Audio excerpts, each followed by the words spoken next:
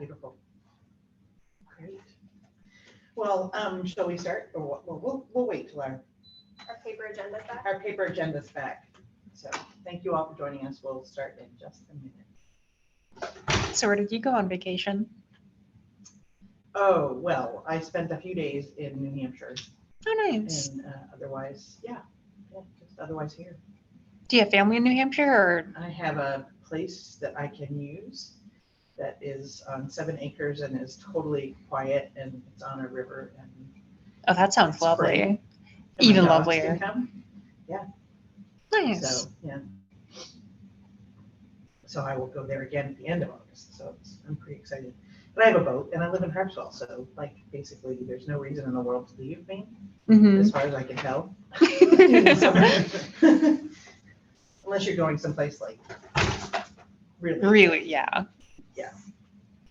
Yeah, I took a vacation up to like New Brunswick and Nova Scotia, and like they were beautiful, but they basically just look like Maine. They do. Yeah, I did the whole thing 2019. Okay. All right, thank you. Oh, good, you guys are safety. Yes. We're very safe. Thank you. This web conference is OSHA approved. Yeah, I'm very impressed. We just got an office and had to buy a certain kind of power cord because, oh my God, look at you. I know, look at this. No tripod. There's like a power, wow, that's the real deal. It's incredible seeing things done right. Yeah. Sometimes. Well, we are in the building that houses the Department of Public Safety, so we should be safe, Yeah. right? Perfect. Right? Maybe. Plus labor, yeah, all those things, yeah. All right. All right, so we're just waiting for the paper agenda. Sorry, everybody.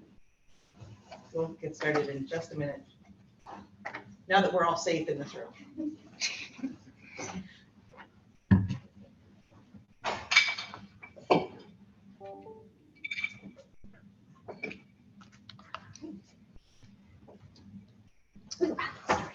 It's just a formality, right?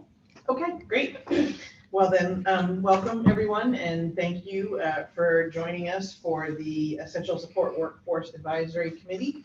There are those of you who are members of the committee, and you should be able to mute and unmute yourselves and engage fully in the conversation. And then there are folks who are watching or zooming in through a webinar-based platform, as I understand it. So welcome to you all. We're going to start. Did everybody get the agenda who's not here in person? Great. So I think we're going to start first with introductions. And so if we can just, we'll keep first to the folks who are on the advisory committee, and then move to folks who are supporting the committee, and then we'll move on. So I'm Jess Maurer. I am the Executive Director of the Maine Council on Aging, and I serve as chair, and I will turn things over to Catherine. I'm Catherine Thibodeau. I am the Executive Director of Independence Advocates in Maine, and I am representing disability, intellectual disability services on the committee, and I am the vice chair. Great. And let's see, why don't we go ahead and start with folks on Zoom. Michael, do you want to go? Sure. Michael Smith, Chief Program Officer with Catholic Charities Maine, and for this group, overseeing the Independent Support Services or the Homemaker Program. Great. Dan? Good afternoon, everybody. Dan Bellier, Chief Workforce Development Officer for the Maine Community College Education and Workforce, and I do apologize. I have a pre-op appointment at 3 for surgery on Thursday, so I'll be cutting out a little early. Well, we're sorry for you having surgery. That's, no matter what it is, it's no fun. So Stephanie, unless she's frozen. Oh, good afternoon. I'm Stephanie Hatcher, the Director of Training and Onboarding for Northeast Residential Services. Great. Sitting on the council as part of the Support Professionals and Care Advisory Board. Thank you. Mary Jane? Hi, I'm Mary Jane Richards. I am the Chief Executive Officer at North Country Associates, long-term care, residential care, and ICF IID. I also sit on the main council with Jess as the immediate past chair. Angelina, do we have any other members on the Zoom room that I What's can't that? see? Oh, I'm just asking Angelina if we've got any more Zoomers that Okay. we can't. In terms of panelists, I think we've gotten all of the teammates, Great, but we do have 5 attendees attending from the public as well. great. So how about if you go? Great. Hi, sorry. I'm Angelina Clovis-Jean. I am the Director of Strategy and Innovation for the Bureau of Employment Services at the Maine Department of Labor, and I am serving today on this committee as staff, so I'll be taking minutes, and I'm your tech support. So if anything goes wrong or you need help, please feel free to private chat me or chat the whole group. I've got multiple computers going to make this happen. And Abby. Hi, everyone. I'm Abby Stivers. I am the Director of Workforce Initiatives at the Office of Aging and Disability Services, and I'm here today as part of the Department of Health and Human Services. Terrific, terrific. I think that is everybody on the advisory committee. Are you on the advisory committee formally, Kim? I'm so sorry. I am, that's all I was right. going to ask, okay, Kim, That's all right. geez, That's all right. what a terrible person. I'm Kim Moore. I'm the Director for the Bureau of Employment Services, the Maine Department of Labor, and I'm here representing the Maine Department of Labor and Pension Departments.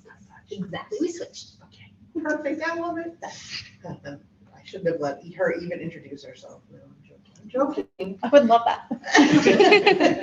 All right, so then we have, why don't we start with you, Josie? Yeah, hi, I'm Josie Phillips, and I'm with Maine Center for Economic Policy, and I'll be one of the presenters today.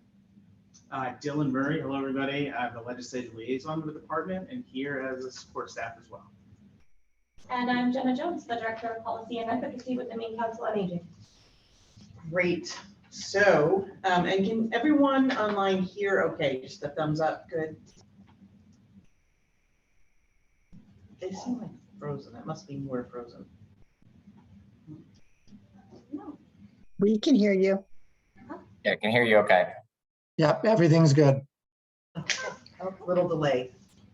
Great. So I just wanted to, since it's been a little while since we all met, thought it was a really good idea just to review the duties and powers of the advisory committee. And so our duties and powers include to collaborate with DOL, DHHS, the state's institutions of higher education, adult ed programs, career, technical education centers around the region and state to examine staffing level needs, in the essential support workforce, including entities funded by the state and throughout the Maine Care and through the Maine Care program. To make recommendations to state agencies and the legislature related to recruitment and retention of essential support workers, to monitor essential support workforce shortages and the expansion of the essential support workforce, to examine if actions taken to promote expansion in the essential support workforce have been successful, to make recommendations to the Department of Labor and DHHS and the legislature regarding additional research that may be needed, to collect data related to the essential support workforce, to examine the benefits cliff effect on essential support workforce and make recommendations, develop pilot project to mitigate benefit cliff effects on essential support workers, and to make recommendations to the legislature, including any suggested legislation. So just wanted to be clear about those. Any questions about any of those things before we jump into our agenda? Thank you for sharing. You're so good. I'm a visual person. I think it's helpful. Great, terrific. So why don't we just take a few minutes to then just check in, if we could. So you could stop sharing that, Abby, and sorry, Angelina. And we can just touch base with any advisory committee members who would like to share how things are going. Whether what your existing challenges are, if there's any successes to celebrate, anything at all. It's been several months since we touched base. What's happening with the workers group. Stephanie, you could offer maybe an update on that. But let's just take a few minutes just to touch base to see how things are going.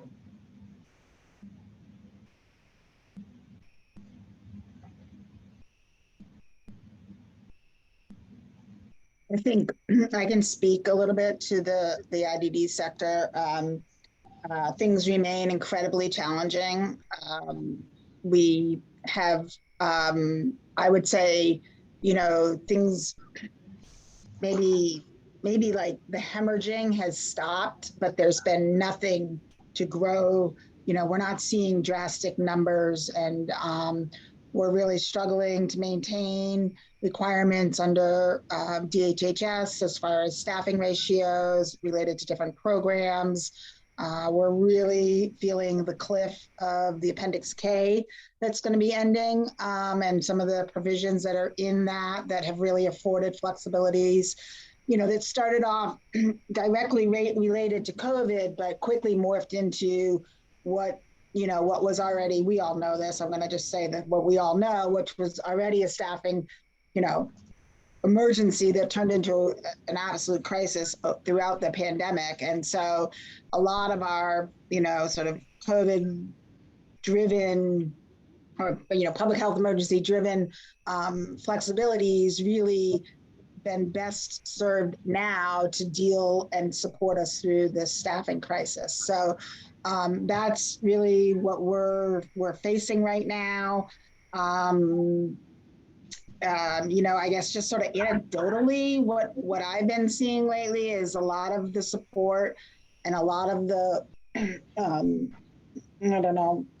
opportunities had to do with like adding skills to people and upskilling staff and staff training. And that's all been great, but it sort of starts to feel like it's hit like, please don't send me to another training. I can't get my work done as it is, kind of that. So trying to like balance what the good that's trying to do with the reality on the ground. And really it comes in like fits and starts for every different agency, but as many people are in as crisis and a staffing wise, I can speak to our agency. I think we might be in a worse position than we've been ever. I think we right now currently in our agency as far as the staff vacancies. So that's just sort of, that's what I got. Thanks, Catherine. I can echo pretty much what Catherine just said. We're still seeing, continued vacancies in our facilities, both in nursing, more of the skilled positions, but also in the ancillary departments like dietary, housekeeping, laundry. Maintenance has become a huge problem recently. So, it's just constantly adjusting our rates to try to bring in our own staff. And then trying to negotiate cheaper agency pricing as much as we can. So it's just a daily struggle that we have. We have somebody that calls every single applicant, and out of 200 calls in the month of June, we hired 4. Mm-hmm.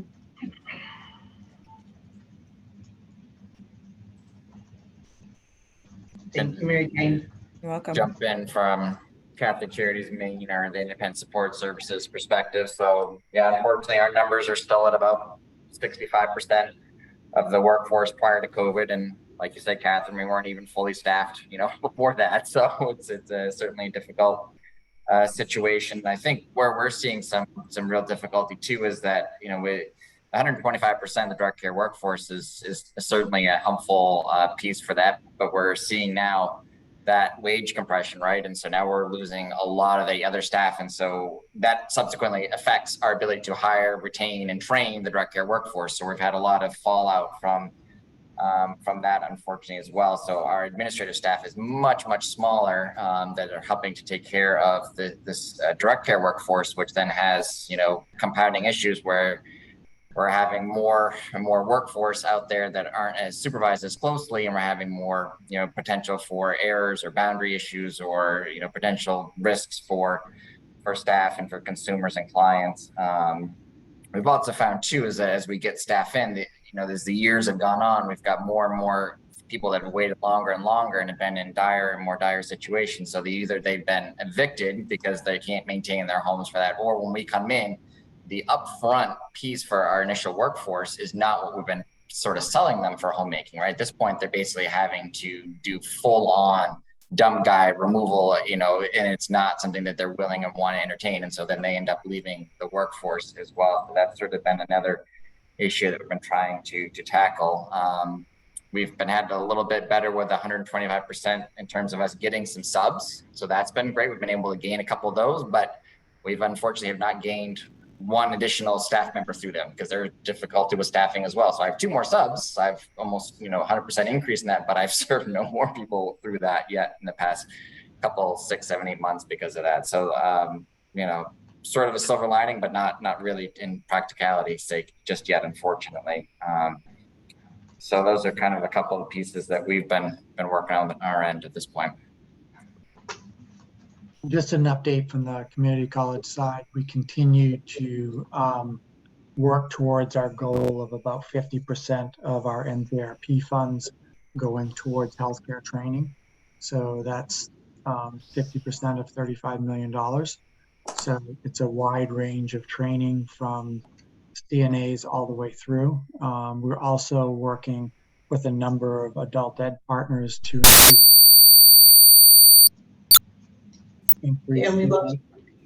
increase CNA training at their locations as well. So we are still struggling.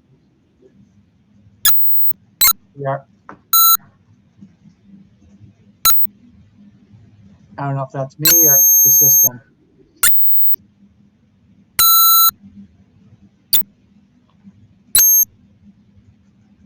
I'm going to boldly say you're back and we've caught up with the delay. Hopefully, although you are on mute, so I can't test that theory. No, I just shut it off because it was making a beeping sound. So we're continuing to make efforts in the healthcare sector, increase the number of trained individuals licensed to fit the need, help fit the need across the state.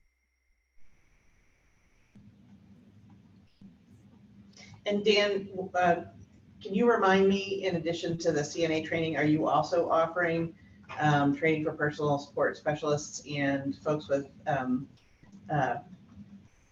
Catherine's DSPs, direct support professionals? Yes, on direct support professionals. But no on personal support services? Not at this time. And what will be interesting is to get more information about the numbers and where those are most needed. And so we'd be happy to do some work around that as well. Can you, when you say the numbers and where they're most needed, are you talking about DSPs and CNAs? I think all of the above. A roadmap on the needs would be helpful, so we know where to direct resources. In the everybody's going to say the needs everywhere, right? But a roadmap so that we can best place our best resources to increase the numbers. So we're doing the same thing with healthcare organizations as it relates to medical assisting, LPNs, and we're continually moving on our nursing expansion right now. That's happening at our 7 campuses. I can piggyback on that too, if it's all right. Yeah, sorry. Let's do it. Dan, so I was going to include this as part of my update, but Dan, one of Dan's team members, Chris Winstead, has been a really strong partner for us through the community college system. And we've been working with them and with adult education around the priority job list that we have for healthcare training for me, which does include PSS and DSP, to do exactly what Dan's talking about, to map out where we've been getting the most requests from, whether it's from employers or whether it was from job seekers, map out where those areas are and see if we can stand up classes if the class is not currently available, and create capacity where it's not currently. So exactly what Dan said. So not to jump off target, are you two working together, Department of Health and Human Services, to let DOL know where? They're an active member of our team. Yes. No, but all of the people who aren't getting any care, are you letting them know where those people are? In section 19, section 63, so that they know who needs workers? I'm not sure to the extent that we're sharing that kind of granular data or that we've collected it, but I'm happy to look into it. It's a good question. I mean, I think that that's like literally the crux of the problem right now, is that we have thousands of people not getting care and nobody telling anybody where they are and how many hours of care they need. So we don't know how to build this roadmap, because providers don't have that information And when you say providers, you, of any kind, PSS, those who would be PSP. hiring the PSSs and Right. DSPs. They don't know how, right, Gotcha. they're not in charge of the people. Understood, yeah. So they don't know. But they would be hiring on the individuals that we'd be. They would be training and hiring- making classes. Right, when you're trying to do a roadmap of Yep. needs, Yep. it's about who the people are Yeah, that so when I need say care. employers, Right. that's what I'm including, so that's what Joy is our Yeah. liaison for that. Yeah. So, yeah. Yeah. So it's probably not as in-depth, though, that's Yeah. really good information. Stephanie, do you have any updates you want to offer? Sure. I can mirror what everybody else is saying about hiring direct support and middle management. We've made use of some of the Alfond money to provide training directly to our middle management. We've had 4 or 5 sessions, which has helped them with their role, because many of them are DSPs who are moving up into the management position. So they're new to that, and balancing going from a direct care provider to supervising people they've worked on the floor with. So we've been experiencing that. And the lack of people coming in the door, but the steady progression of people leaving us. So it doesn't really balance out. As far as the advisory, the direct care and support professional advisory, we're starting an outreach and engagement campaign for us sitting on the council, starting in September and going into October. We'll be holding 13 statewide regional meetings. They'll be held in 8 nursing homes, 2 residential care facilities, 2 home care, and 1 ID home. The first one will be held at Stivers. I apologize, I'm not sure the location of that. To provide outreach engagements for those not directly on the council, but looking for their input as well. As far as the council goes, we are having our quarterly meetings, which also includes continued training for us on, a number of different categories, but also a huge one on being able to advocate for the council and the direct care professionals of the state.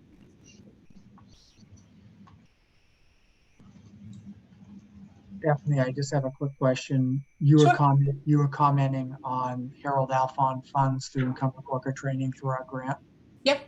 Yep. So just so everybody is up to speed on that, is we do have a grant to provide up to $1,200 or 50% of the cost per employee to provide training for incumbent workers. And those dollars have been running through our system for 1.5 years now. We still have more capacity, and it's been a very successful program with training over, I think we're at 9,000 folks just in the first 1.5 years. So thank you for being a Compact member, Stephanie. Absolutely. Thank you for offering it. Yeah, and maybe there's other folks that are Compact members as well, so thank you. Yep. It's been a wonderful program. We've made use of it. We continue to make use of it. And have partnered with the Maine Jobs and Recovery as well. Thank you.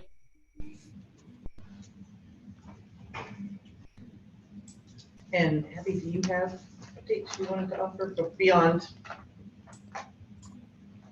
No, not in this particular No. section. I'm happy to go through another. Great. Yeah, that's what I thought. Maybe you were gonna jump in later.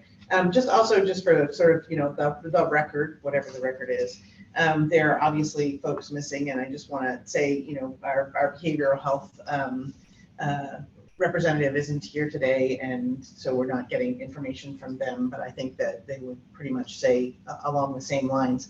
I am curious, because Dan is talking about, and maybe you can help me a little bit, Kim. Dan is talking about healthcare, and Michael gave what we're seeing a lot of, so sort of by way of update, from a policy perspective, are people who are for the first time in their lives becoming homeless because they cannot access home care or homemaker services. And so these are people who literally cannot take their trash out, cannot wash their dishes, cannot, bathe. And so they are becoming nuisances in the residential care. I mean, in the congregate housing settings that they're in. And so they're being evicted, not because they're not paying their rent, but because they can't take care of themselves and they can't get the care they're entitled to. I mean, these are people who are in Section 19s, entitled to homemaker programs, who are literally getting, and it's just Legal Services for the Elderly is the one who's stepping in now and taking those cases, or Pine Tree Legal. They've got a nice little team now working collectively on these situations. But Jay Martin, who runs Legal Services for the Elderly, said it's not like anything she's seen before, because they used to be able to negotiate with landlords. But I think, as Michael just pointed out, it becomes too much of a situation, right? So trash hasn't been taken out for months. And so there's, right, an odor, right? There could become a rat problem or a rodent problem. I mean, so these are all real things.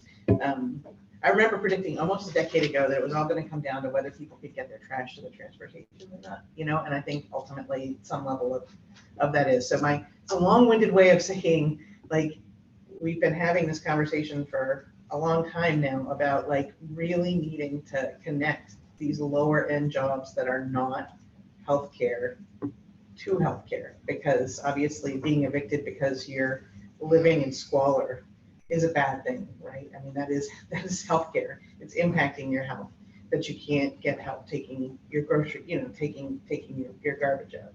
So, like, I just don't know when we're going to marry these things, like, effectively, because they're not healthcare jobs, and it doesn't feel like Michael's going to get any help adding to this roadmap of needs, because he's got different kinds of people. They're not going to be trained professionals. Companion type of. These are homemakers. So they don't even have. Michael, I don't know if you want to just share what training at all they get. I'm assuming it's you're just offering it. Right. So in terms of requirements for employment, so there's no certifications or pieces for, just not even a CNA. If they have it, that's great. We check on that. But it's the entry level for cooking, cleaning, grocery shopping. So it's entry level in that respect. But to that point, I think more of our training comes around boundaries, confidentiality. But these are staff that we need out in the community, right? So they're working in the more remote parts of our area, and we've got now downsized to 3 supervisors that are north, south, and central. That could be hours and hours away from them. That might see them twice a year for some training and check-ins, right? So there's no regular oversight for the staff. So a lot is incumbent upon the consumer to make note of something, or the staff member themselves. Again, when they walk in, a lot of times this is the first time that consumer's seen anyone all week, and I have a number of incident reports where the consumer's been laying on the floor for days, right? Because no one's come in and checked, and we're the first ones that happen to walk in, or no one answers the door, and so we're calling 911 to say, hey, is this person okay? Are they hospitalized? Where are they? Kind of thing. So, but in terms of the employment standpoint, right, there's no certifications or degrees required. And when it comes to training for us, it's just more around the basics of human decency, and really trying to get them prepared more mentally and emotionally as to, like I said, to what they're walking into, and being able to handle that. Because unfortunately, we have very limited number of hours to work too. And so the needs, like you said, Jess, are so large as to, their plan of care, so to speak. You could spend 5, 6, 7 times the amount that we have allotted for hours for. And so how do they get to the essentials of the essentials that they're required for? So that becomes a juggling act as well. And then trying to match up the needs of the consumer who may have pets, who may smoke, who may have other human personalities that may conflict or not. They may only want a male worker or a female worker. And again, they're out in, down east, and that's the only employee that I have within 4 hours, and, that doesn't fit. And so then that person then goes back on unstaffed or a wait list. And that's not an exaggeration, unfortunately, of a lot of the cases that we see. So hopefully that gets a little context. I want to paint a dire picture. I mean, certainly we've got some staff that do some wonderful work in areas, but this we've got a wait list of close to 2,000 people. It certainly has a lot of scenarios that come forward. So I offer this because the definition of essential support workforce includes these folks who are totally non-credentialed or who are PSSs, and having worked really closely with Michael's predecessor for a long time, and they have to call people on their wait list all the time. And the number of people who either die, they're never going to go into nursing home care ever, because they're never going to meet the medical neediness. They just may have arthritis and not be able to make their own bed, or carry their trash or carry their groceries inside. I mean, these are some basic stuff.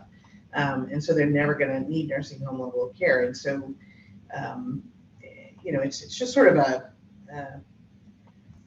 we can't forget that there's this continuum that has nothing to do with healthcare, and figure out how do we spend some dollars in recruitment. And if there are this is what this group is for. If there are federal barriers in the way of spending, because I know there are.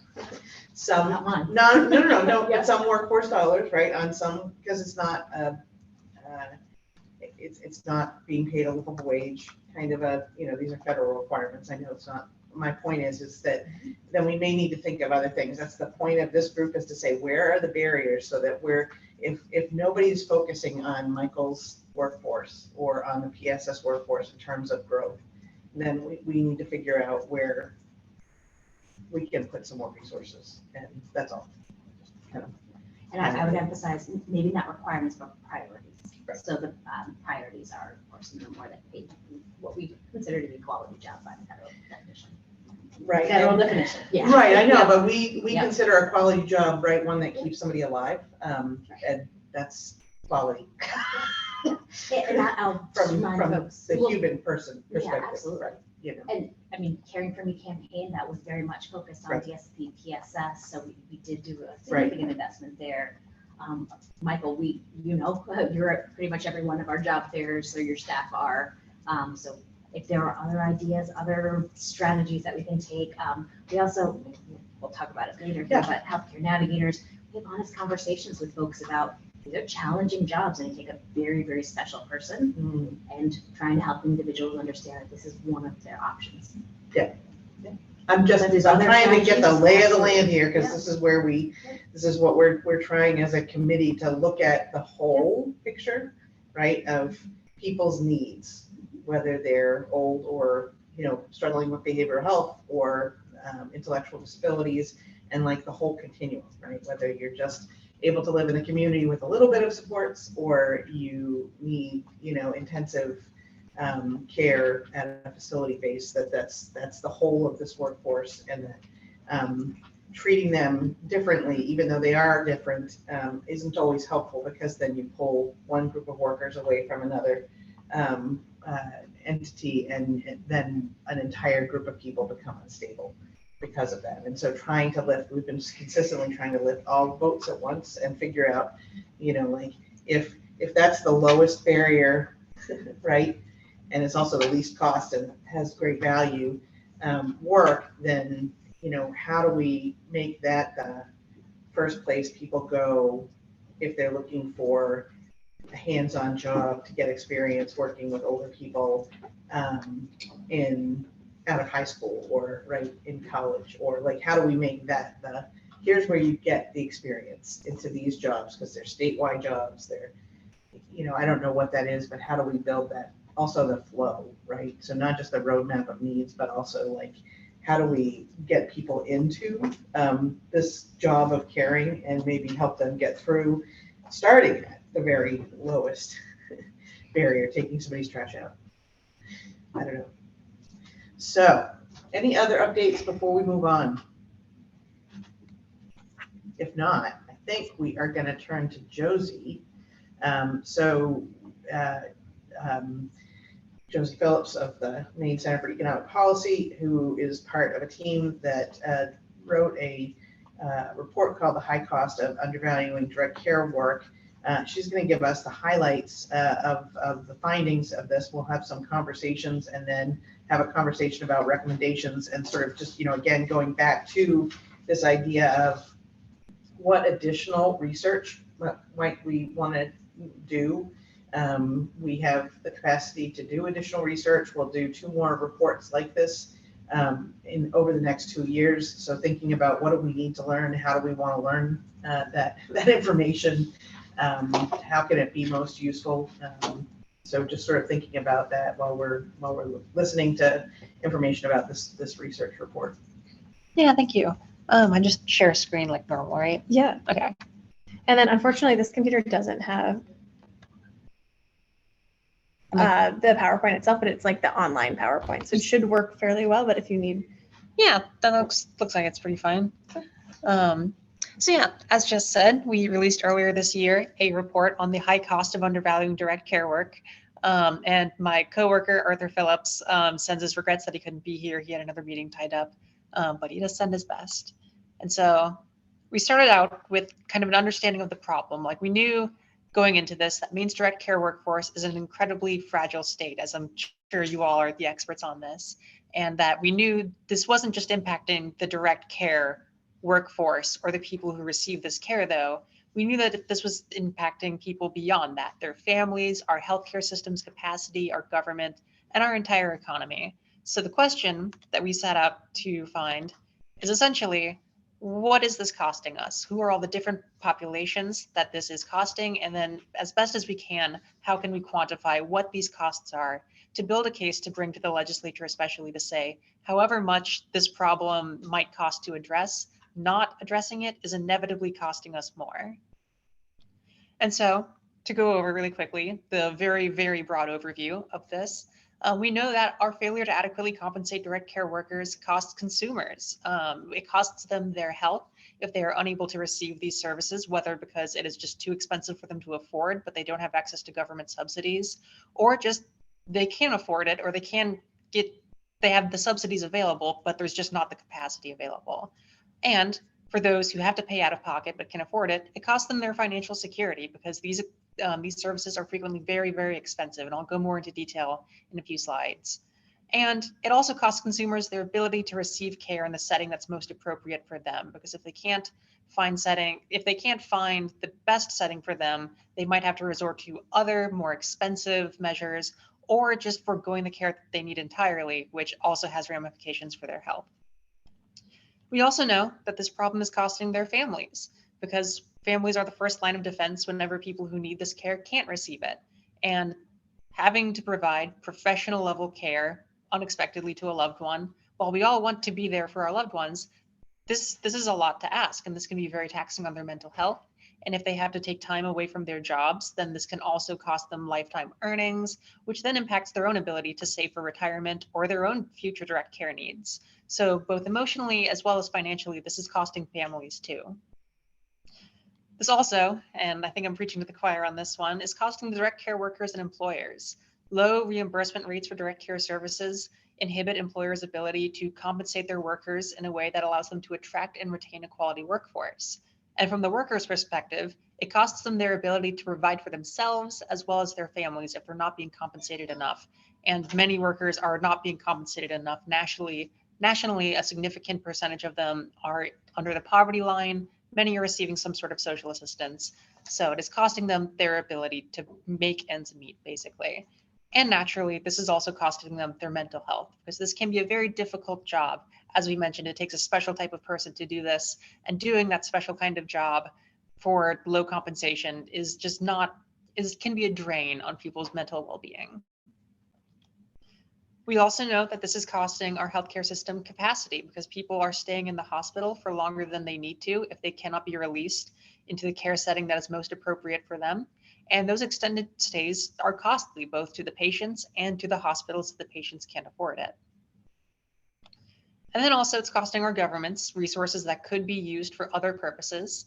And it's costing the government by lost income tax because as family members of the people who need this care either move down to part-time or drop out of the labor force entirely, the government loses income tax from their wages or what their wages would have been otherwise.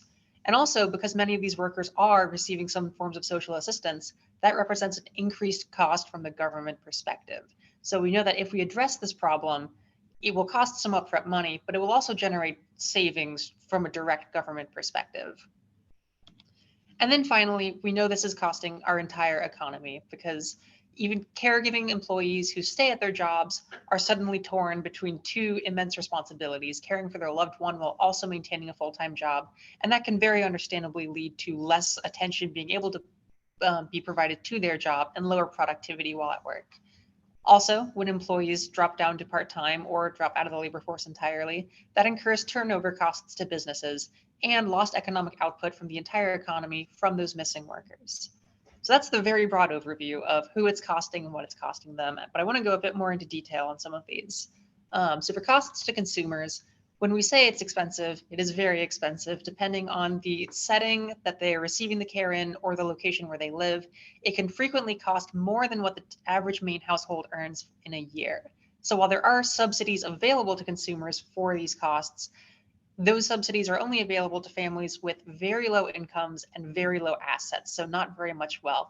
So for anyone who doesn't meet those strict requirements, it's still not entirely reasonable to expect them to pay out of pocket because this is just an unsustainable expense for any length of time. And so that's why we feel that this is costing them their financial security if they're in that situation where they have to pay. And this problem is particularly acute in Maine, which ranks 44th in access and affordability for long-term services and supports, according to the AARP. And like I mentioned, these expensive care services mean that people are stuck between this trade-off between their financial well-being and their physical health.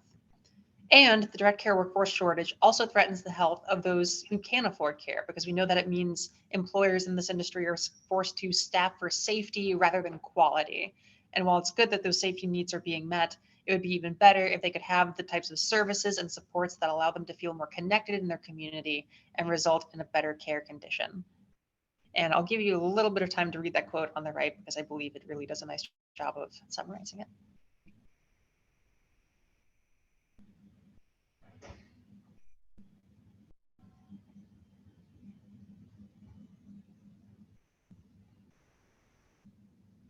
Am I good to move on or should I give more time?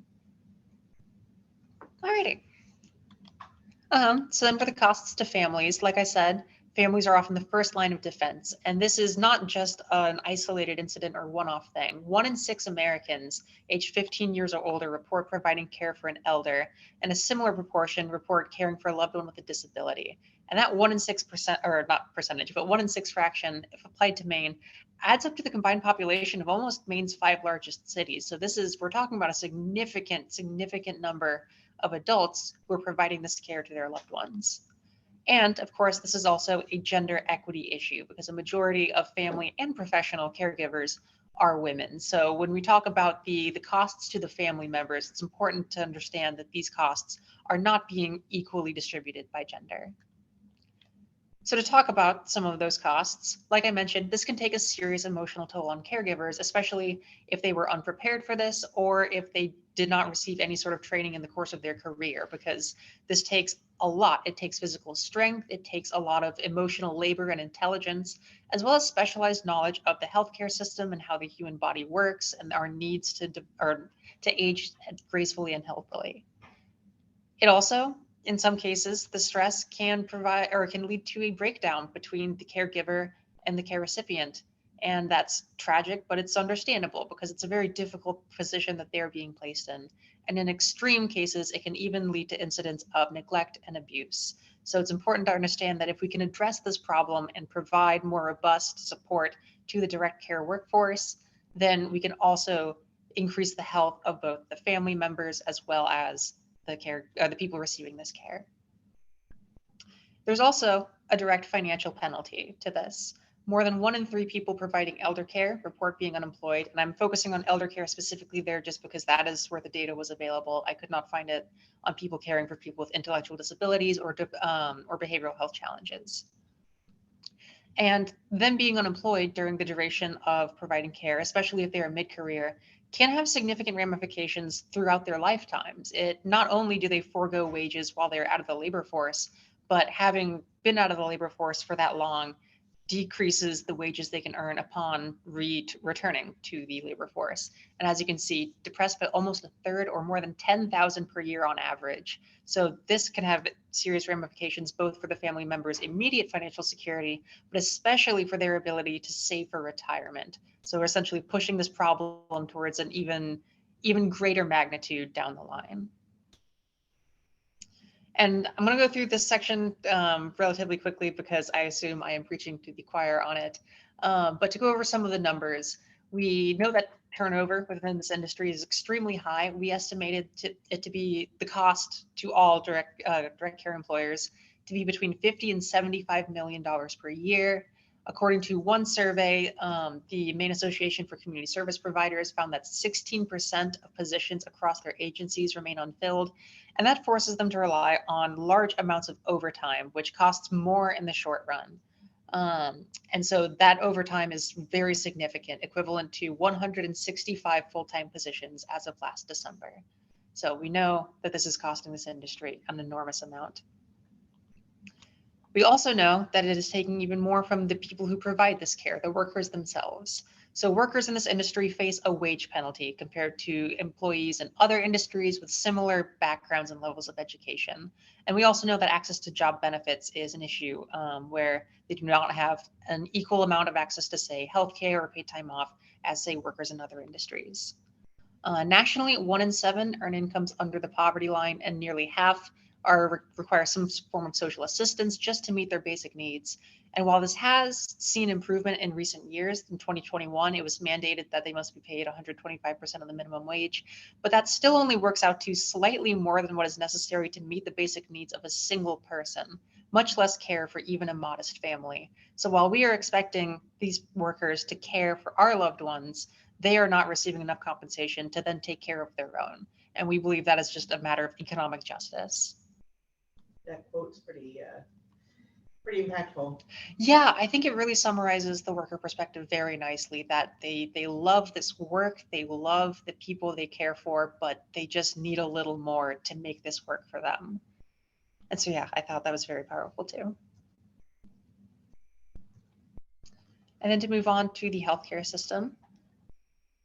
So Maine's long-term care ombudsman program found that nearly 2/3 of people who need to be released to some sort of direct care setting were waiting more than a month to be discharged. And this racks up an extremely costly medical bill. I'll skip down to the third bullet point really quickly here. It cost Northern Light Health $13.6 million over a 6-month period, amounting to approximately $63,000 per person. So as anyone on this call who may have spent time in a hospital, each day just racks up an enormous amount of money. And so these people who really don't need to be at a hospital are racking up this money essentially needlessly if we could just provide the support they need in the setting that is best for them. Yes, question? I know we were going to wait for, I just want to put a little pin in this because I was looking at the Medicare Savings Program, which meant I was spending a lot of time looking at Medicare the other day, and found this thing that after a certain number of days in a hospital, Medicare no longer pays, and it goes, the cost has to be borne by the consumer. So we might want to look at that. I missed that entirely. Well, that's terrible. Yes, I missed that nuance, only not a nuance, but we should take a look at. Yikes, but thank you for flagging. And we also know that in addition to the costs to hospitals and to patients, it's costing our healthcare system capacity. Maine Medical Center reported as March of this year having 50 beds that could otherwise be used by people in need of acute care that were instead being used by people who just couldn't return to the community because they couldn't find the care that is right for them. And as you can see from the quote on the right, the issue of extended hospital stays because of a lack of care to be released to is growing over the last few years. And now for the costs to our government. So one of the primary ways that this costs our government is by decreased income tax. So that is because as people drop out of the labor force or go down to part-time, there is less income to collect income tax on. And we estimate that to be 13 million from the state perspective and 34 million from the federal perspective. There also is the issue of workers needing to rely on public assistance programs to make ends meet, which then also incurs a direct cost from the government perspective, which we estimate to cost about roughly $24 million per year. So in total, we estimate the costs of failing to properly value direct care from the government perspective to be costing $70 million each year. And while steep, these costs are not inevitable. I want to emphasize that we can, with the proper support, do something about this. And also, as the quote on the right notes, the workers, if they can receive better compensation, this would then go on to support their local economies too. And speaking of the economy, so we know that in a variety of ways, the direct care workforce shortage takes a toll on the economy. Businesses suffer from the increased turnover costs by replacing employees, which each incidence of turnover costs approximately 40% of the employee's salary on average. So that is a significant cost to itself. And then also, as there are less workers to provide for their families, the economy is overall less productive. So there are fewer workers, which means fewer things are getting produced. And so now just some statistics on the economy in case we haven't made your eyes pop enough today. We estimate that there are 8,000 workers missing from Maine's economy due to elder care responsibilities, which translates to over $1 billion in lost GDP each year. As mentioned, each instance of employee turnover costs businesses 40% of the salary. And we estimate those costs to Maine businesses related to elder care alone to be $9 million per year. And I also want to highlight again that the only reason we're focusing on elder care specifically is because that is the data that was available. But here's a hopeful statistic. There was a Harvard study that estimated that for every 3 older adults who receive professional care, 1 woman is estimated to re-enter the workforce, again highlighting that this is a gender justice issue. So now I want to go over kind of some of the real brief historical background of how did we get to a point where we aren't valuing direct care like we should. And we believe that this lends itself to partially because historically when this work was done, it was either done unpaid within the home, or when it was done professionally, it was done by immigrant women and women of color who, due to economic marginalization, could be severely underpaid. And so at the national level, this historical precedent set the setting for low reimbursement for these services because they were paid low wages to begin with.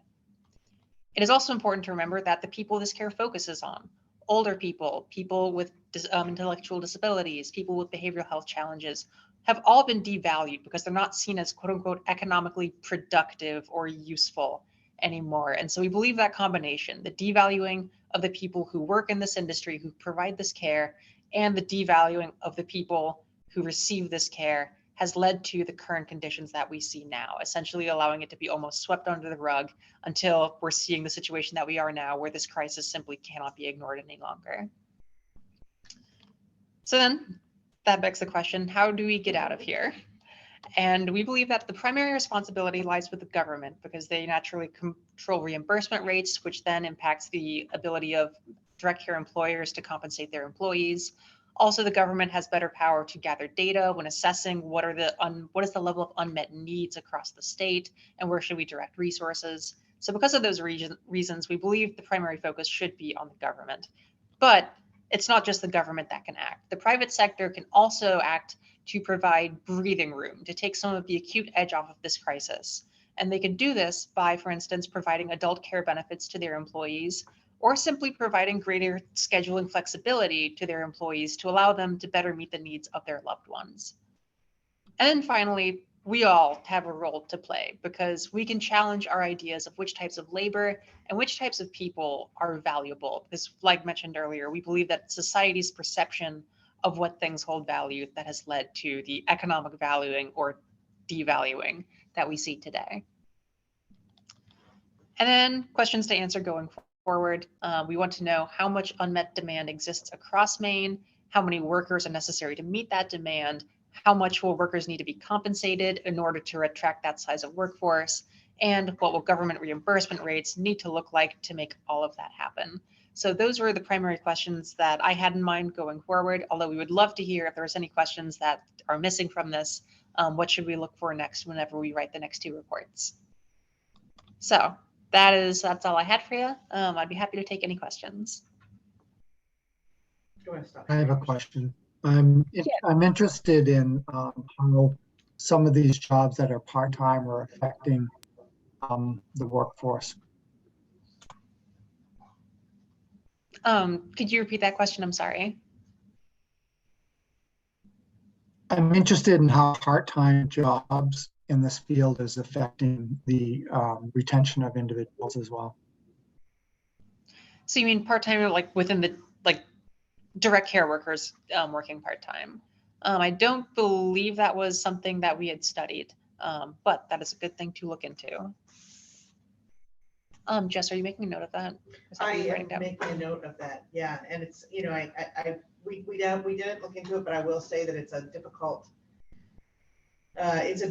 thing to study because what happens is you have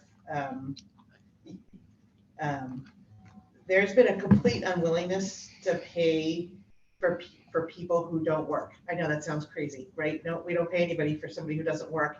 But what happens is, you know, worker A goes to take care of, you know, Mrs. Jones, and Mrs. Jones has been hospitalized. Then that worker doesn't get paid for that day and may not be able to work the next day, and the provider doesn't get paid either. So there's because it's a fee for service, a straight fee for service model, it's very and because we're providing care for people all across the state, it becomes one of those, it's a risk for a provider to say, okay, well, we've got 10 people in Millinocket now who need care, so I should be able to hire 3 full-time people who can care for those 10 people. And as soon as one of those people dies and the other person becomes hospitalized, you're still on the hook for that full-time employee, but you don't no longer have anybody to care for. You no longer have any money coming in. So it's not an easy problem to solve. What the providers have said is that they would love to provide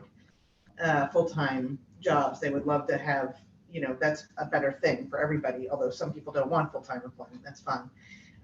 But that it's a real complicated situation in rural places, not necessarily in non-rural places. And yes, Catherine. Yeah, I guess I'm really interested in the data that you had on how the inability for people to access community settings are impacting costs within the hospital setting, and how that, you know, then, you know, I mean, I just look at that Northern Lights, you know, 6 months savings. Well, if those, you know, I was like, okay, well, there's some money there, you know, and so just any way we can kind of dig into this whole concept of the amount that the impact of not funding properly up front. Any you know, for our purposes here is the essential workforce, the costs on the system on the back end, because I think that's really a missed opportunity to create some momentum around looking at the issue, and also sort of addressing the issue in a way that is, you know, fiscally responsible. Mm-hmm. Yeah, I think that's a good point. And as far as like how we got the data, I believe we just asked the hospitals directly. So I can't say how they particularly gathered the data, but it'd be good to know to make that case. They have been tracking it. This is something they. Yeah, and I guess just like in future reports, if there's a way to kind of dig deeper into that data, or get more data, or extrapolate more what the potential benefit would be from doing something different than we're doing it now.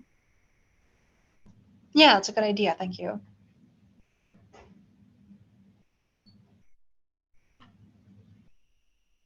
Other questions? Dan?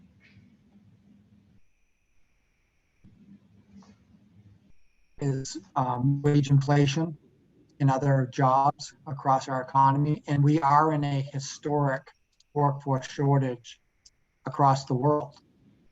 There are not enough people to fill the open positions we have.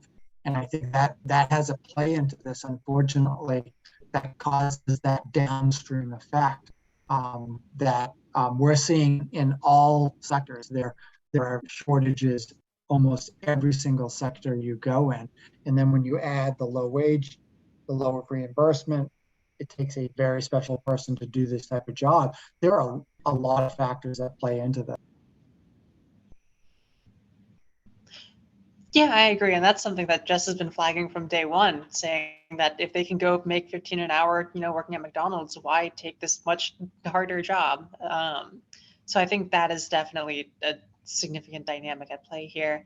And then I think also I'm choosing to be a little hopeful about this, because I think if we can address this, we will also in a small way be addressing that labor shortage. I mean, if we can make this perfect, there should be 8,000 additional workers in Maine's economy to fill these jobs. So I'm choosing to be slightly optimistic that if we can make progress here, we can see progress in other realms as well. And 8,000 people who are working in jobs they should be working in. Like, Oh, yeah. that's the part that's like, they're CFOs. I said that to somebody and they're like, God, how do you mind reader? My CFO just gave her notice today because she's got to go take care of her parents. I'm like, not kidding you like that. But it's true. Like, there's just a lot of people who are out of the workforce in all kinds of specialized jobs who could come back into the workforce. I'd also bring up too, oh, sorry. No, go, Mike. I was gonna say, I'd like to bring up too, maybe at this time for us to consider in the future would be, I know you've hinted at this certainly in previous meetings around just not only increasing all boats when it comes to the workforce, but what defines our workforce? How are we working together, from a synergistic sort of standpoint, right? Like, so I think of like our behavioral health home model, for example, right? We have the consumer, the client as the center, and around that, you've got a bunch of different support specialists that are all working together on different facets for the client. We seem so, segregated out within our sectors, right? That how do we create a more consumer-centric workforce, be a little bit more. Oh, I think you got out at the end there. But yeah, as for the thing of defining the workforce, just to vent a little from my own perspective, getting that definition was very difficult. And then using that to parse apart the data, because, nurses who work in direct care are classified the exact same of nurses who say work at a hospital. And then also it gets into, what is a direct care worker? Because I mean, naturally it includes the person who's, at the home or in the home providing this care, but like there's administrative staff behind that too. And they're just as essential to this. So I agree, that is definitely something that needs to be considered.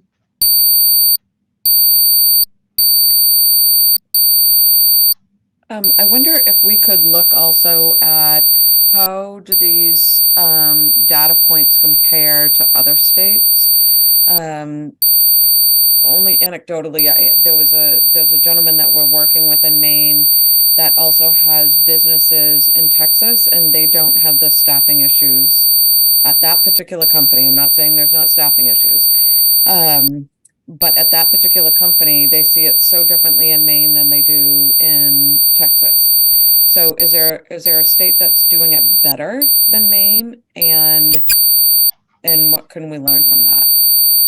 They just have much younger population in Texas and Utah and other places, I'm guessing.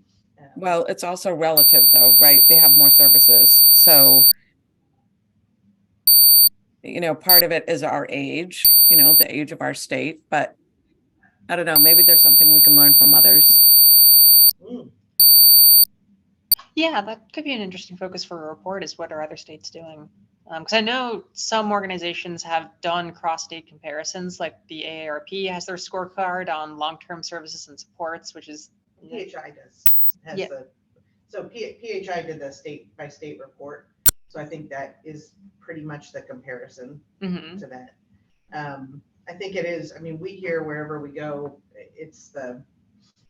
I think it has to do with the age. I mean, really has to do with the demographics of the state you're in. And I mean, presumably reimbursement rates and other things. I mean, but whatever is making a job quality. But I also think, to Dan's earlier point, we have a workforce shortage, just flat out. We just have a flat out workforce shortage, and other states don't necessarily have a flat out workforce shortage yet. They will eventually, but it also has to do with, I mean, the level of diversity within the state. I mean, if you look at just the age population just of Florida and Maine, which they're obviously a very old state, but they don't have a workforce shortage the way we do, because they also have a high, a level of diverse cultures that are having babies. We're not having babies. Our age is kind of outsourcing that now, so I'm going to be honest. 11,000 babies born a year, 24,000 people turning 65. So, yeah. But I think you're right. We should be looking at other states, but PHI has that data. That's what they do. Yeah, they were who I was going to mention next. Other questions before we get into recommendations? And we've already gotten a couple of recommendations. Thoughts on what do we do with this data? And what I consumer the Maine Hospital Association, I think, is really important, particularly about what trends they're seeing and what populations. I also know people with behavioral health challenges are exactly the same boat. They can't get to the hospital. So we're definitely seeing those issues. I think, but anyway, I'm just here and looking at other state comparisons, other recommendations for what we can do with this data, or where we want to go deeper with any of this research.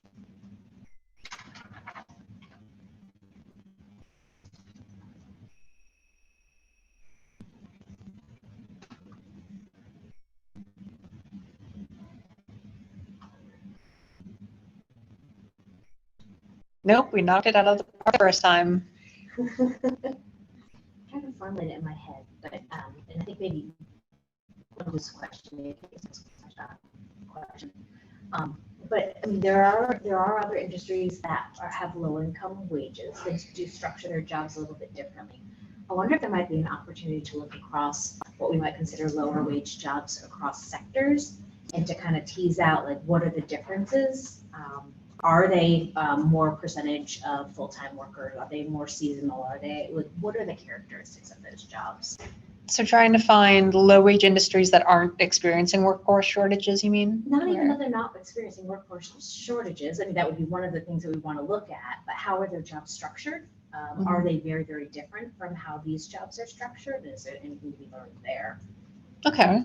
So the only thing I would say, and I think that's a very interesting idea, the question I would have is, could we identify like low wage industries? And the reason I say that is that, I mean, I remember, Commissioner Van Note coming in we were still in session, must have been in 2019, saying, we had put this amount of work into our budget, and we're only going to do half that amount of work because of our workforce shortage and because wages have been driven up. And so there's a lower wage construction jobs at the lower end, right, where we're really underpaid. And we know that Maine has always underpaid for certain value. I mean, compared to New England, we've always had lower wages. And so costs were just shooting up through the contracts, right? And so they just be like, we're just charging you more, right? We're going to charge you more to get this done, so you can only do half as much. And I just remember thinking, oh my God, here's the Commissioner of Transportation saying, we can't get this done. What we said we were going to get done. And so we're only going to do half as much, right? So nobody's going to die, although probably they have on main roads, but so if you can pay more right? If you're a call center or you're Walmart, I mean, who's now providing college education for their, you know, their low wage workers, then you do, right? So this is an industry that's typically tied to reimbursement rates. So it's not, you have the money that you have. And so you can only, so you're talking about compression, you're talking about, you know, turnover and where do those costs get reimbursed? You know, you try to provide benefits, even though you're not, you know, like more benefits. So I don't know, I would want to look at another industry that's like hamstrung in terms of not being able to pass the cost on to the consumer, or to the person paying because that's what's, I mean, that's where you're in the situation. You can't pass the cost on. And you can't, even if you're in I'll just say this, even if you're a for-profit, you can't pass the cost on because, you know, right, the wealthiest are up here and the rest of us are down here. And, you know, there's a price point and there's a population density situation and a price point. And so if you're in Millinocket and you're a for-profit home care agency, there's only so much you can charge, right? And so what I hear are the models work for the businesses.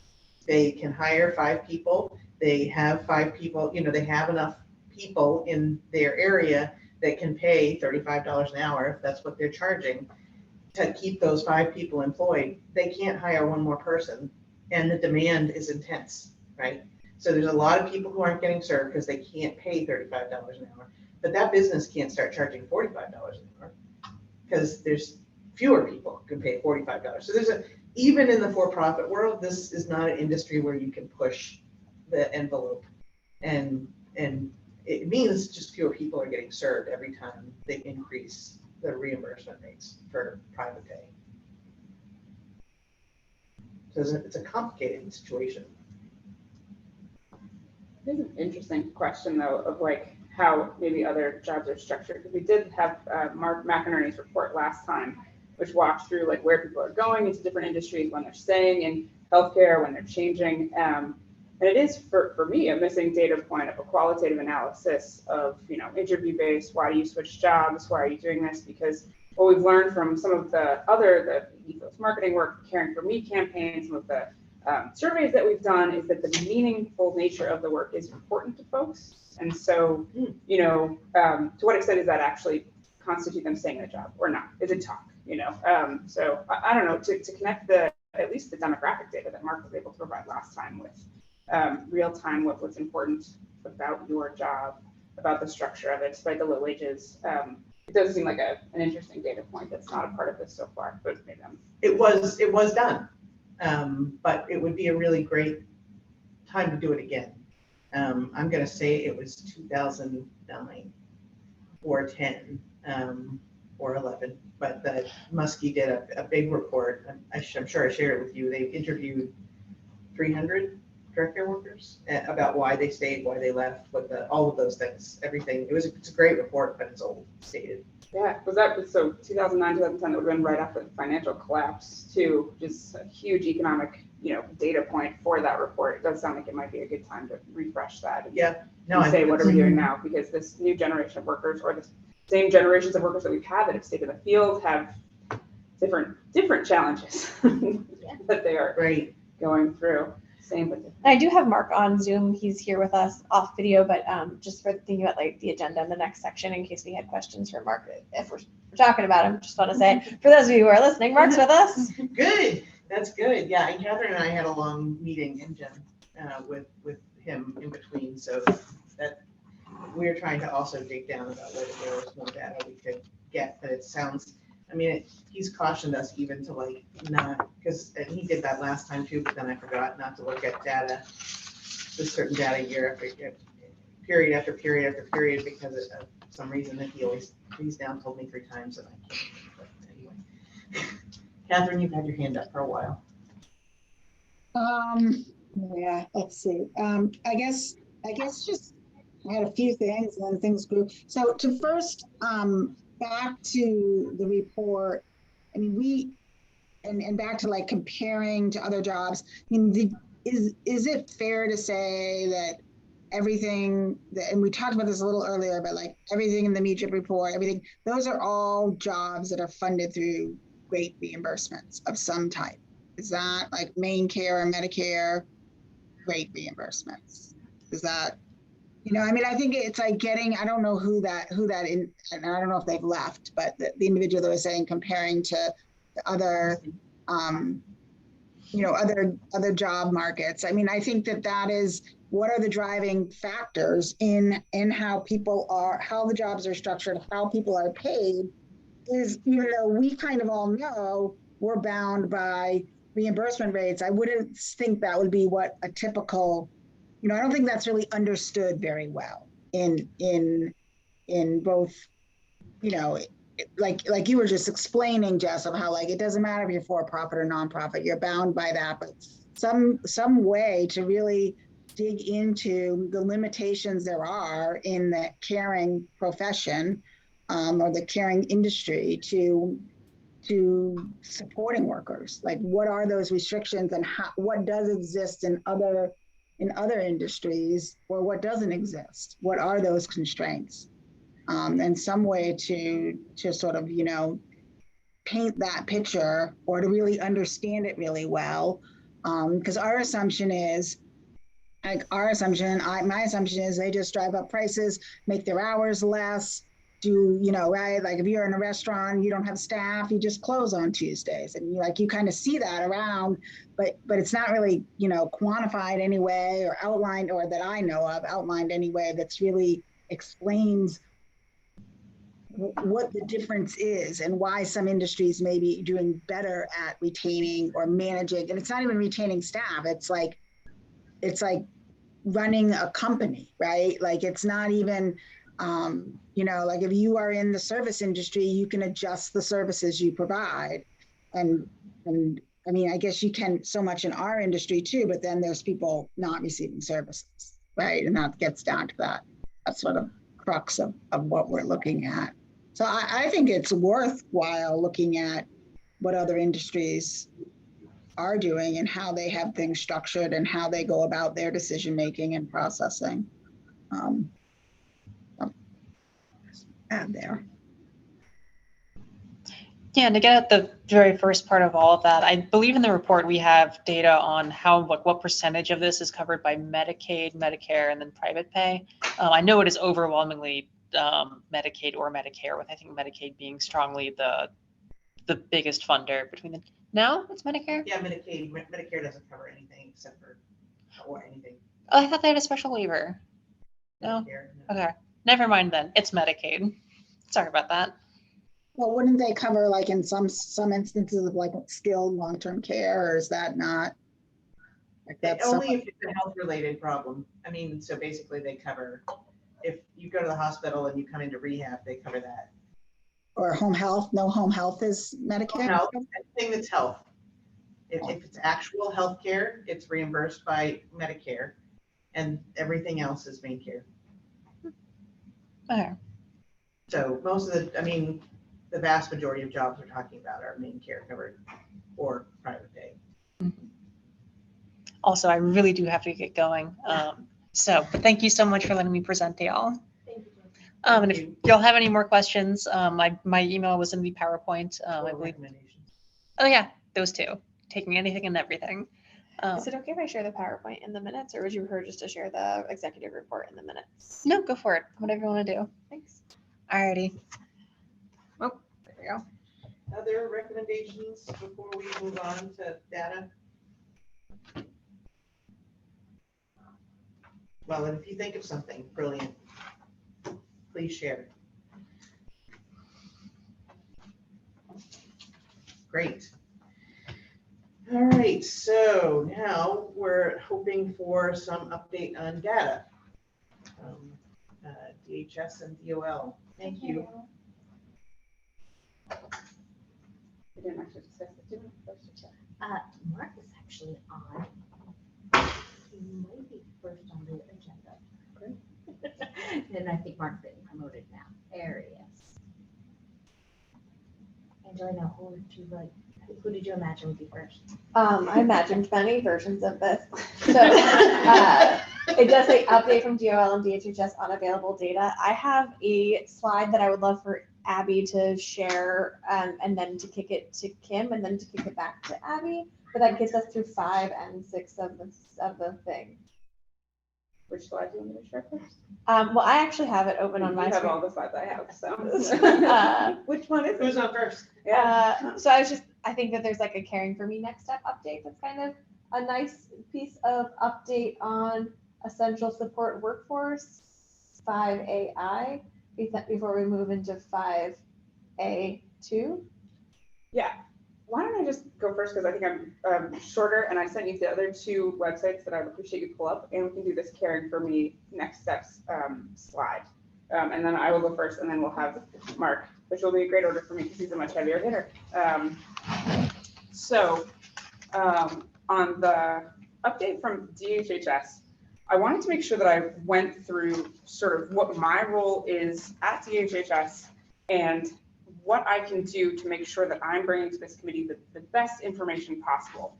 So I work on workforce initiatives. I work directly on the Caring for Me campaign and the new RFP, which is recently closed for more marketing efforts. I also work directly on some of our curriculum initiatives for FMAC projects. And then I try to collaborate across all of the departments. However, I am not an expert on a lot of the things which other people in my department are.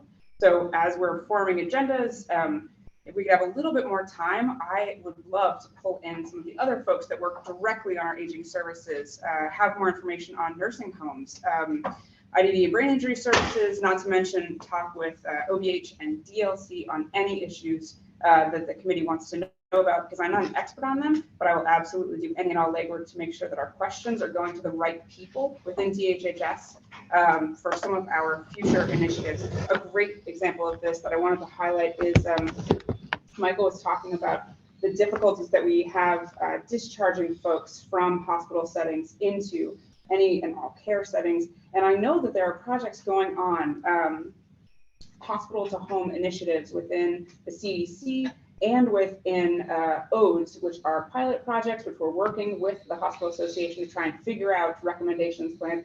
And, so with notice, those are the kind of updates that I can provide, but I don't have that information off the top of my head. Well, that's my first spiel for everyone. Specific questions on agendas going forward are going to be super helpful to making sure that I can bring you the best information. But the second part that I wanted to share, and Angie, could you throw up?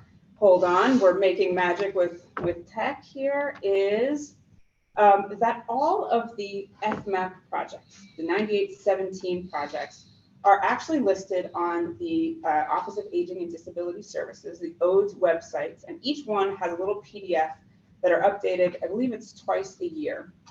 You can see who the project manager is, you can see who all the active projects are, and if you go to the ODES initiatives page, you can sort of see where the initiatives, where you can find that. So it's the ODES homepage, it's the About Us section, it's the initiatives page, and then the first link about FMAP is sort of lists all of our current projects. One behind there goes to the initiatives that have to do with workforce and retention, that has to do with timely service, and those are all available on the ODES homepage. If you want to dig into any of those and ask specific questions, or we can look at the data that will hopefully be generated, and all of us are working on data for any of those projects, pilot projects, as we do it in real time, both for the federal mandate for our reporting to say, hey, federal government, this is what we spent your money on, and how it's going, to sort of say like what's working and what's not. So that is sort of a resource for, I think, probably every member of this committee to sort of look through and say, what do you want more information on, so that when I am not the expert on it, I can go back to the correct folks within the department and get us the answers and answer those questions that we're looking for. And then we'll do our third thing, which is Angie really wanted to show. Can I of course, yeah. ask a question? Because the question, so two things. One is, so you also have an obligation here to provide quarterly reports under the statute, under this current statute that we're working under this Essential Support Workforce Advisory Committee. Mm-hmm. So that's kind of what I was thinking, is we would get updates specifically on that your efforts to expand the essential support workforce. So that's one of the requirements of the statute. But the FMAP question, specifically the last time we met, you said that there was data you would ask. So back to the sorry, the website there, the very beginning, first thing is on the stabilization retention payments. And we've been promised a lot of information from like surveys that went to providers about how many people they could hire and stuff like that, which is still like the very, very crux of the matter here is like, how many people do we need to hire? And we still haven't gotten that information. So we really like that information. And you'll get it today. Perfect. I assumed That's what that's this is. the I FNAP assumed thing. that was the Section 6 DOL and DHH updates on new actions taken, and we have, okay. No, this is like back from way back when like you all required people to get those payments, you required them to give you information, providers. It was the first time. Paul, everywhere Paul went, he talked about, we got all this data for the first time, and I've been asking, where's this data? So now we'd like to have this data, but we're gonna have it right now. You're gonna have it today? That's great. I just wanted to clarify for you what I was looking for. When I said FMAP on here, that's what we were talking about, was these bonus retention payments, the enhanced FMAP payments that we make to providers. So great. Well, I've got that data. Let's do it. We can do it now. Does Mark have any time constraints if we did want to hear from Mark? Because you've got me in person for the whole 3 hours. We can. I think this is like, unless Mark has some new information that's going to tell us something really magical, this is the data right here that we've been looking for. So. Okay, great. So, Mark, thank you for joining us, and we'll give, and you feel free to drop off whenever. We won't. If he has more information, that's great. But again, like he basically said, this data is it's apples to oranges, and it's not telling us whether we're making progress or not in any given time, because it's one sort of survey data and another that doesn't go to everybody. We can go through this data again, but I discovered that I don't think it's going to be useful data. So we're going to have to figure out where we're going to get new data if we're not. And this is the only other piece of data that I'm really curious about. So to see if this is enough to help us get to where we need to be without getting new data. For sure. We can go through this right now. This is right now. We'll do this right now. So on June 15th, the department published a blog on the DHHS website. Bonuses help stabilize and grow Maine's home and community-based service workforce. That's been up since the 15th, and it has additional information, maps and things like that. And I pulled some of the highlights out for today's call. Yeah, let's jump in. So, as Jess said, Paul went everywhere talking about the huge chunk of money that the department used with our FMAP funds. And again, these are called, for anyone on the committee, FMAP funds by some, they're called 9817 funding. Those two things are the same. And it's basically, here, there's a good summary there. DHHS began distributing $120 million roughly in payments to main care funded home and community-based service providers for recruitment and retention bonuses targeted to direct support workers and supervisors across the state.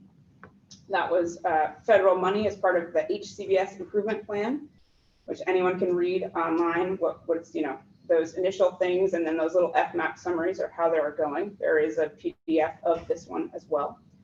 So participating agencies had the flexibility to develop their bonus policies within the DHHS guidelines. Providers got to have a say in how the money was handed out, and it was until December 31st, 2022 to spend their allotments, and then they were required to submit reports to DHHS specifying how the bonuses were distributed. And then right here are all the links to sort of all of the other websites that folks will want. These are the highlights from the data. Overall, it looks like the bonuses helped to stabilize and grow Maine's home and community-based service workforce.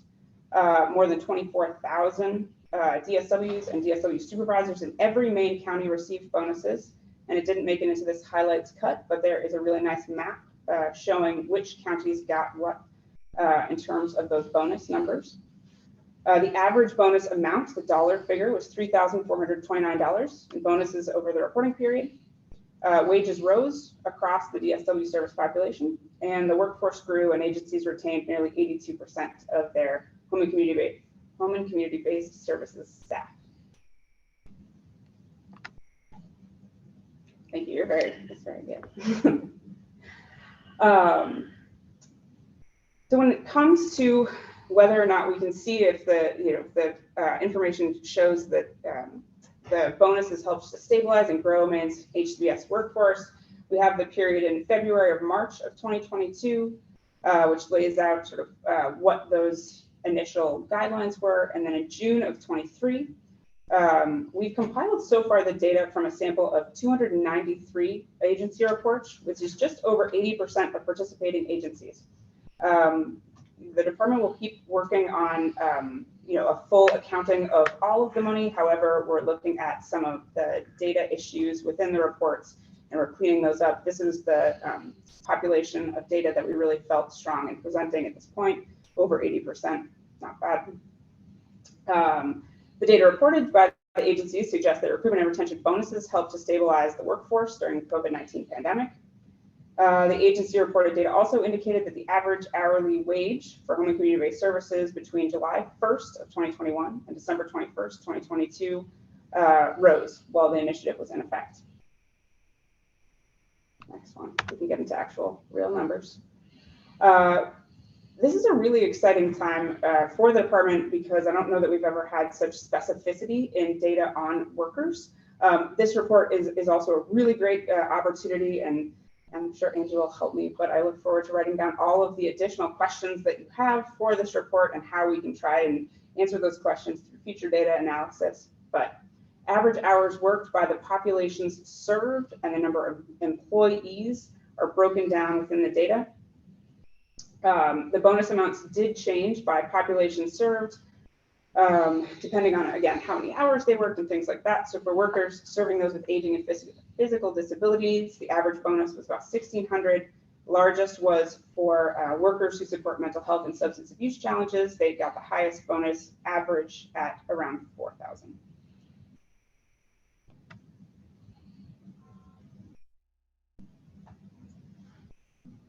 Awesome. The providers were mandated to report wages before and during the program, so we have that data from them that wages did rise. You can see the before July 2021 numbers that we got, and then the after December 2022 numbers. And there are more caveats and deep dives into the data that are in the blog, and which I'm happy to take questions back to our data analysis team on, but that's the data that we're using to say that the wages did grow according to the population that we have so far. I was just going to say, I mean, the 125 went into effect during that period of time, so yeah, it's not just bonuses. No, and I don't mean to say that bonuses didn't have anything to do with wages. Nope, and I didn't mean to. Sorry if I misspoke there. The causal effect of that. Well, it's written that way just because we were able to access that provider data. Providers had to tell us what they were paying during that time. But it just sounds like somehow the bonuses are attached to the wages and in the way this report, the prior page. So I'm just going to say that out loud. I get you get that's how you got the data, but it just seems like the page before. Sure. So I'll take that as a note on the PowerPoint. Okay, great. Thank you. And then the last slide that I had for you, the goal was to stabilize the home and community-based staffing during the COVID-19 pandemic. Agencies reported within our population data the combined total of about 20,000 workers in March 2022. And by December 31st, 2022, the 293 agencies included in this analysis reported a total of 24,499 workers, which is a gain of about 21%. Again, these are conservative estimates since we haven't gotten all of the data issues with our providers worked out, but we are going to continue to work on that data and make sure that it's as up to date as we can get it. Agencies likely achieved this increase through a combination of recruitment and retention. The reports indicated that 81.9% of workers who received a bonus remained employed at the agency at the end of the reporting period. That retention, along with the successful recruitment of new workers, yielded a net increase in workers. So participating agencies reported paying recruitment and retention bonuses to about 5,517 newly hired workers and 18,982 existing workers. And again, just to talk about that missing 20%, reports for the about 20% of agencies were either not submitted in time for this analysis or had the data quality issues. So the department is following up with all of them. to get a complete reporting of the data we've collected so far. And there are more figures and facts in our blog, which is available on the DHHS website. Again, for any follow-up questions or things like that. I assumed that you wanted this data, and I'm glad that I brought it today. So follow-up questions and things like that, happy to bring those back to the department. I'm not sure that I will have the specific answers, but I'm happy to bring any and all questions back. I thank you very much. Some really good data. I thought you all asked questions about vacancies too. Do you know? I don't know off the top of my head, but I can ask. Vacancies. I'm pretty sure that Paul was sharing that data early on. And this was done through a written survey, or what kind of a, like a survey they had to do online? I believe it was a survey that they had to do online. Yeah, great.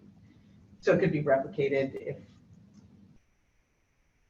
Yeah, I don't know. Or done over a period of time. It could be replicated. I mean, one of the reasons that I think that providers really participated in this was because it was contingent on them getting these funds. So the replicatability may or may not have some carrots needed. But in terms of the questions that were asked and the actual survey results, I will double check. But yes, I believe there's nothing particular about that. I would agree with that. Michael, you're on mute. Sorry, can you hear me now? I'd love to see it over a different time period as well, because I mean, the numbers we reported certainly would show the potential of new hires, right? Of people coming in under that, 5,000 or so staff members you have there. But I would be hard pressed to think they came because of the funds. I'd love to have a baseline, right? To show, I think these people were just coming and they just happened to come at the right time onto our agency and get those funds as a surplus, if you will, versus, hey, I'm getting there's a hiring bonus and therefore I'm attracted to this position. So I'd love to see, all right, if we hired, in that 6-month period, 5,000 new workers, let's look over another 6-month period and then a subsequent year and see, are we the same, less, more? I mean, I to see if the funds actually drove the staff to come to us, or is that just more, again, I'm only just drawing upon my staff, knowing that I don't think that made a difference. Again, not that they weren't appreciative of those funds, but that was not the driver for them to come to us or stay with us. So I'm just curious to look over that over another period of time to see if we have a baseline to compare that to. But I totally get your point too, is to, we provide that data because we got the funds and they're contingent upon that. Are we going to get equal data from the same number of folks there forward? That's to be seen as well. But to your point though, if the mechanism's out there, I think we should try to capture some of that data over a period of time and see if we can get some baseline numbers. So if there were additional recruitment and retention funds, Michael, you don't think that those should be used in this similar way? You don't think it helped your organization at all to recruit and retain anybody? Correct. Correct. Again, not that the staff weren't appreciative of those funds, but I don't think those from there, our actual net gain of employees dropped. And none, again, we try to do our due diligence with our workforce. So why did you come to us? How did you hear about us? That was not a driver for our particular workforce, the way in which we set that up. I hear that universally, from providers. Catherine? I actually had a lot of our current workforce decrease hours because they made too much for their benefits. And so therefore they're actually serving consumers less because they can't afford to take a little bit of a rate increase, if you will, and then lose housing or, food stamps or other benefits that they have that are much higher, longer term benefits for them. So it actually had a bit of a negative impact for some. And again, I will not say this is all employees, but there were some that went into, or they had to do just fewer hours because of that. And even still now, with it's 125%, I'm still getting some. They'll say, "Can I not take, this pay rate increase? I want to turn it down. I want to keep working for you, but I want to do it for less, unless you're going to give me substantially more, right, to move over that hurdle." So. I mean, I concur with Michael certainly on the segment of employees who any little increase that isn't substantial has a more of a negative impact than on a positive impact. And I think just from a perspective of how it was perceived in our agency was like a thank you for doing this work during COVID as more than recruited, and more like this is going to retain me to work. So people really saw it as like a hazard pay almost that never came very much at all during COVID. So, so it's a little bit hard to know what, same with those numbers. I agree with Michael, like seeing them over time, because we didn't see like on the ground.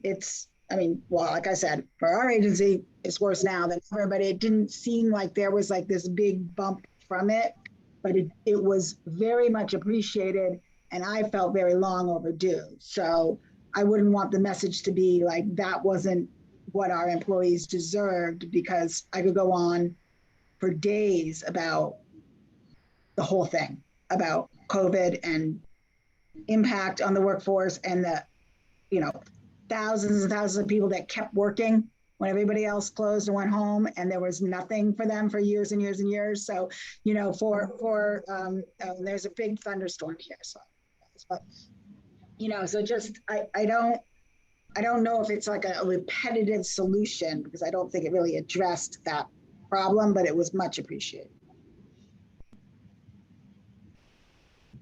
Well, and I wonder if we could look into the numbers deeper, because clearly you show that there's some increases, right? So I wonder if it would be sector specific, if there was one that just blew out of the water and it really did work well, right? And there's a bunch of others like ours that kind of maintained or just slightly dropped. I'm just wondering if we can devil in the details there, slice apart the data a little bit to see if there was some growth, instead of aggregating it all out, right? Saying we all boats rose. Well, not necessarily, but did we get one sector that really did? And that could be great, but we needed to address something differently for some of these other ones for us. That just could give us a different viewpoint of what that looks like for actual growth.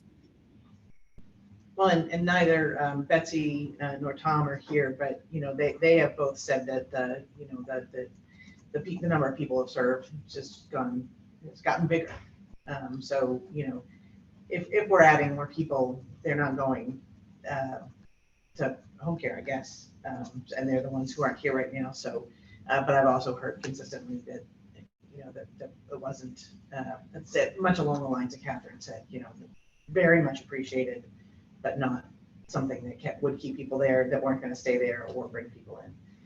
So I think to Michael's point though is brilliant, is to look at some period over period to see how many new hires are there every year, which is kind of what the point of this advisory council is to do, just to again get back to the very gist of it, which is to examine staffing level needs, right? And to really start to get at what's the number that we need, the number of workers in this category to meet demand, and to make sure that the people who are entitled to care work. I do wander off into all these other people in the world who aren't getting care, who need it, who can pay out of pocket for it theoretically. That's us, by the way, sitting at the table. We can theoretically pay out of pocket. But for these people who are entitled to get care and who aren't getting care, that's a big deal. Mary Jane, I'm curious, not to put you on the spot, but I also know Abby may not know this. Are there reports that you have to make to the state on a regular basis about staffing shortages or the number of people that you could hire? Anything that we could be pulling from to understand more about the nursing home industry? Yeah, I'm sure there are. We've looked at our own. It's been a little while since we looked at that. But I could certainly get that information, and Angela at Maine Healthcare, I can tap into her as well. Yeah, I'm just trying to think of, if there are reports that nursing homes and assisted living facilities have to, so this would kind of go, this is where it's all kind of crazy, right? Because licensing and regulation collects those kinds of reports. Yeah. at DHHS.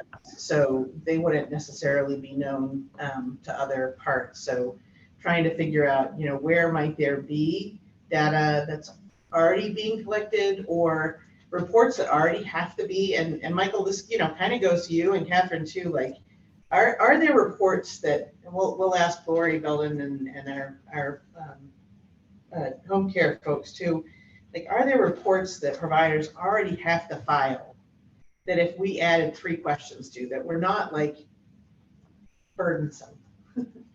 But, you know, like, how many people did you hire this quarter? How many people did you, what's your, I mean, I've talked to a couple of providers who can tell me, how many people they hire in a year, what their average worker stay is, like when on average a PSS stay is 2.5 years, something like that, right? So they can tell us what their turnover rate is, and I just think if we could come up with some sort of simplistic way that, as a recommendation, right? So a report an agency is already completing, that if they answered the same 3 questions, and we would ask the same 3 questions like in every single one of those, that would create that baseline.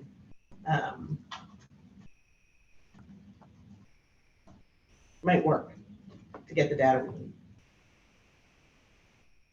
I mean, to answer your question, yes, I mean, we do some reporting, and this would be 2 odes that doesn't capture that, but we do some of our unstaffed, number of consumers that are meeting needs and how many hours that goes. But we could, to like your point, Mary Jane, we internally with Catholic Charities have all that HR data that we could easily, slip into an existing report, additional report to be able to, congregate that data. I think that would be huge, right? Because that's moving the needle, right? As to, we can really show that we had X and now we have Y, or our vacancies were X and now our vacancies are Y.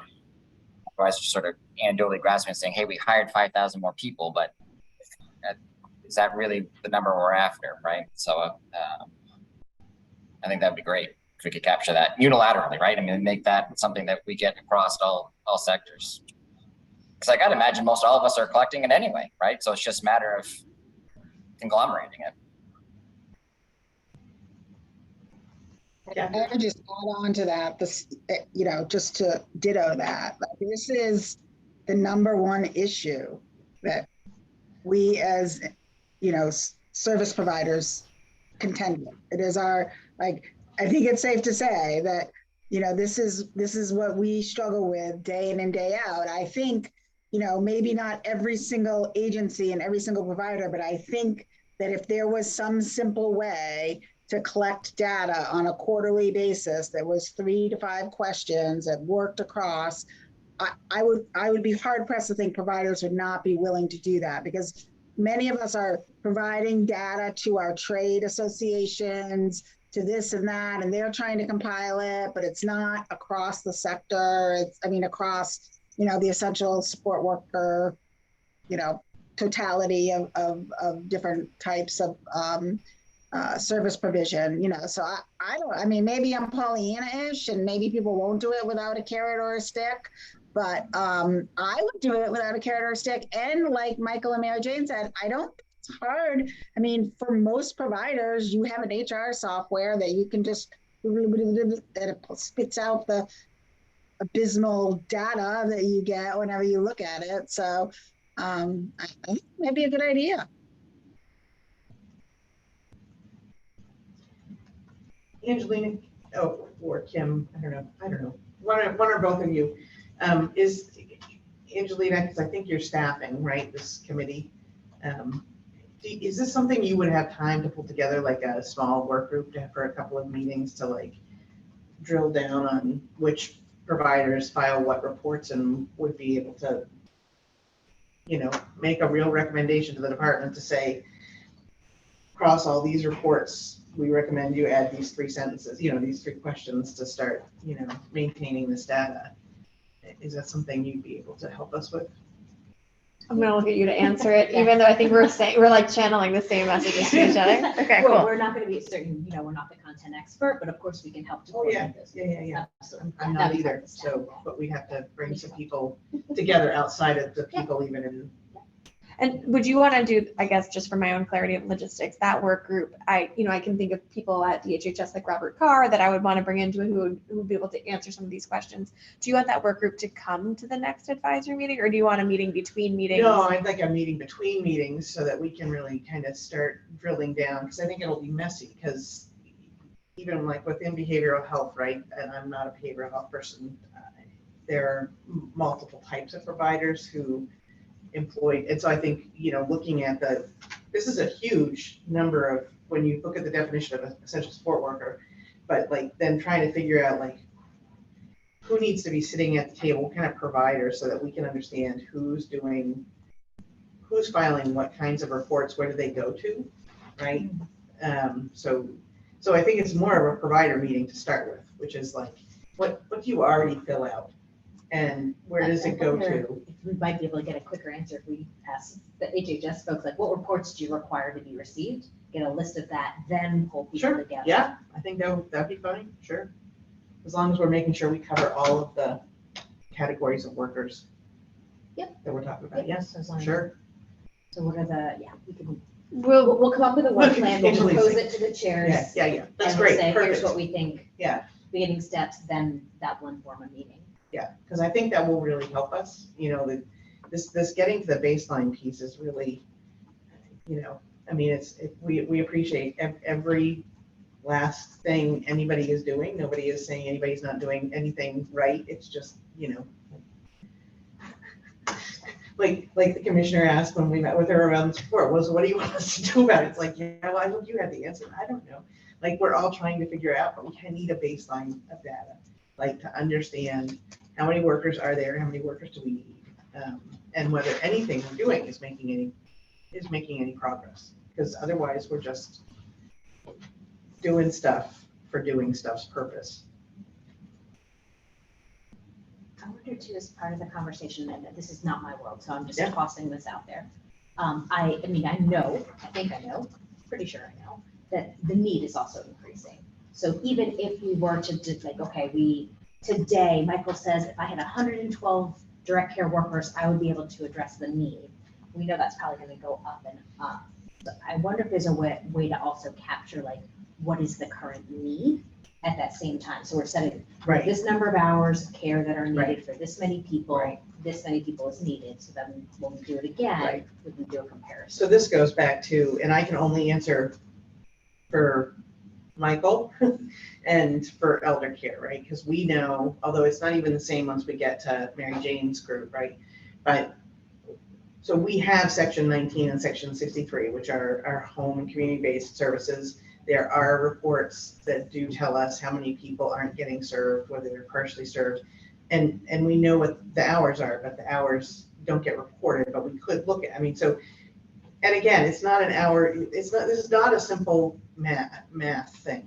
There's no simple math involved, because if you have 15,000 hours going unstaffed every week, those people are all over the state. And so you may have to hire one person or three people, depending on where they are. It's very complicated. But there is that data, and there's wait list data.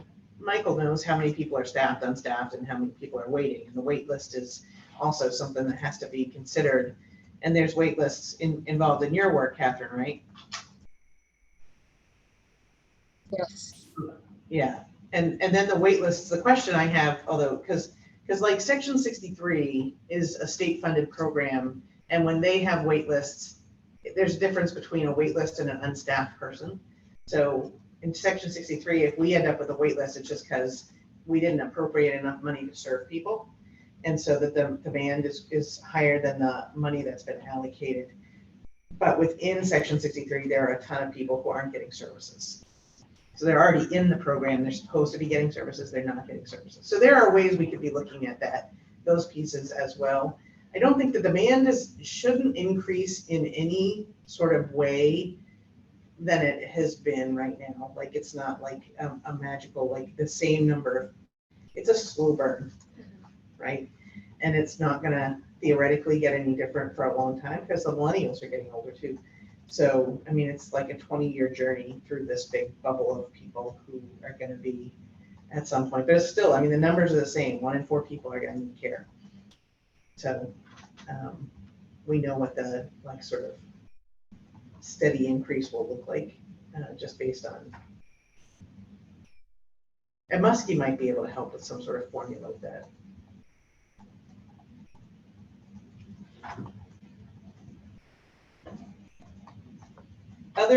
These are great recommendations. I love this idea. So, other thoughts or recommendations around this piece? And thank you very much, Abby, for coming with that information.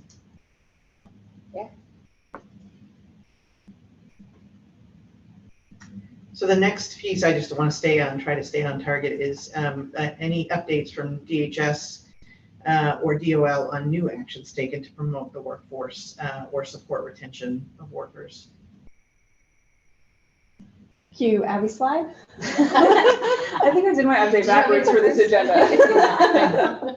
All new efforts and all, of those 9817 initiatives are available. I definitely did mine backwards for your agenda, Jess. I apologize. And the most exciting one is the next iteration of the Caring for Me campaign. We have been working with Pulse Marketing. We have a new RFP out, which I think just closed on Friday. Where we will be launching a new and more expanded across with OVH marketing effort for home and community-based services, including those things that are from healthcare roles to things that support care. Entire iteration of things. Once we have roles, not things, sorry. And then once we have the RFP farther through the process, we'll re-engage our stakeholders to make sure that we're talking to all the right people as we up that campaign. But that will be a new iteration, not focused on COVID, with a little bit more research. We're hoping on messaging that resonates on, the problems that we're dealing with and how to solve them with our workforce, how to attract more people to this. So that's the newest one that I had. Happy to provide an update on any of the other FMAP projects, although if I'm not the project manager directly, I will need to just check in with them to see what updates they have that are not already posted online. On messaging, something Dan said earlier, and I know he's gone, but no, my notes are so crazy all over the place. Oh, on the workforce shortage generally, and I know you guys did such a great job doing the messaging, talking to workers, but one of the things we've been thinking a lot about, and actually Josie had a couple of those quotes, sort of talking to people, caregivers who are who've been pulled out of the workforce to provide care because they can't find a worker for a family member. I just wonder about like if there is messaging that they would be helpful with in terms of like, yeah, we have a workforce shortage, but these jobs are like the most important jobs that we have, right? So they're not working at McDonald's. We can actually do with one fewer McDonald's. I know we're not allowed to say that out loud, or Burger King, or Shaw's, right? I mean, right? We could do with one less of everything when we're in, but we can't do with one less home care agency kind of thing. Like, and I don't know how to get at that. Like, there's a value, right? There's a value involved in, and of course, we don't ever want to say publicly, I get this is an unpleasant conversation. We never want to say we could do with one less Burger King or one less McDonald's. I get that, but it's like a right sizing of our workforce to where it's needed. And I don't know how to say that, but I'm trying to get at that place of these are jobs we desperately need people to go into, and how do we like Uncle Sam needs you kind of recruitment thing. It worked, right? We got a bunch of people to join the military when we said Uncle Sam needs you. Like, how do we do that same sort of compelling message? Not just these are great, these are important, caring jobs, but we really need you to be in this workforce. other people need you to be in this workforce. Like, this is like a building block. I don't know where to get that messaging, but it feels like that's like the next piece. Maybe. I'm just trying to also think about how we would get that messaging. But I've written it down, and I will continue to think about it. If anyone else has any thoughts, please let me know. Because you're absolutely right, and this issue is very important. And I'm not. That may be a topic that we discuss with whatever marketing agency wins this contract to say, how do you get people interested in this? From that, it's really, really important kind of perspective. Right. May needs workers across everything. Right. Every industry. Which I think brings us to another slide, queuing up I'll do this one. Kim. Thank you. You're all set. You're relieved. So I don't have a ton of new. What I do have is new update. You probably remember that we made an investment through the Jobs Recovery Plan in healthcare sector navigators. They are busy. So they have been receiving referrals from Healthcare Training for Me, so that's that collaborative between adult ed, community college system, DHHS, us, those other folks in the room, the university system. They've also been getting it from Caring for Me, the campaign. Angie's been able to keep that connection with HHS, which has been a really great referral source. Mostly, sometimes it's spam, but we've been getting some really great referrals through that as well. Our own Career Center consultants, recognizing that we have some experts, quote unquote, experts in the field who are working directly with individuals around healthcare careers, and lots of community partners are recognizing the expertise of these folks. Just in the last week, they received 35, we call them cases, 6 people, so 35 cases, and they're currently actively working with 100 individuals. So all in all, they've got 96 individuals referred to training opportunities, and that can be any, they are from, again, PSS, DSP, up to CNA, CRMA, LPN, probably some RN in there too. I'll look at Angie, probably some RN in there. And even a really cool RN podiatrist who's going to a nursing home. She needed a special certificate to get some foot care stuff. And that came through healthcare navigators, but then got passed off to tuition remission. That's very cool. That's really cool.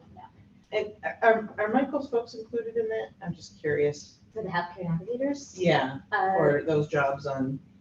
So they could be. I don't have a measure of exactly where everybody's been placed, but we're working on that. Because again, it's anything that we're doing with Need Jobs and Recovery, we're trying to establish a dashboard, and we're trying to make sure that we have the social security numbers, but the identifying information so that we can track the progress of these individuals as well. This is over what period of time? So this has been since the beginning, since the hiring of the okay. navigator. So it's been about a year or so that we've had most A of the year and navigators. 3 months. Oh, good. With all the navigators. One of them. Yes. Yeah. But we've seen great retention with the navigators. They are, I have to say, very much enjoying their jobs. They are becoming quite experts in their fields. So again, 96 of those folks have been referred to training opportunities, 124 individuals have been referred, connected to support services, and 90 directly to employment. Wow, that's great. That's great. The really great thing about the healthcare navigators is that they're not just there for job seekers, they're there for employers. So the better that they know and understand what an employer is looking for, the better they are able to educate individuals about how to identify what skills are going to be a great fit for them and to identify that great fit. That's been really successful. This might be just what you were referring to. Oh, it's tiny on my screen, but nice and big on you. No, it's still little. Sorry about that.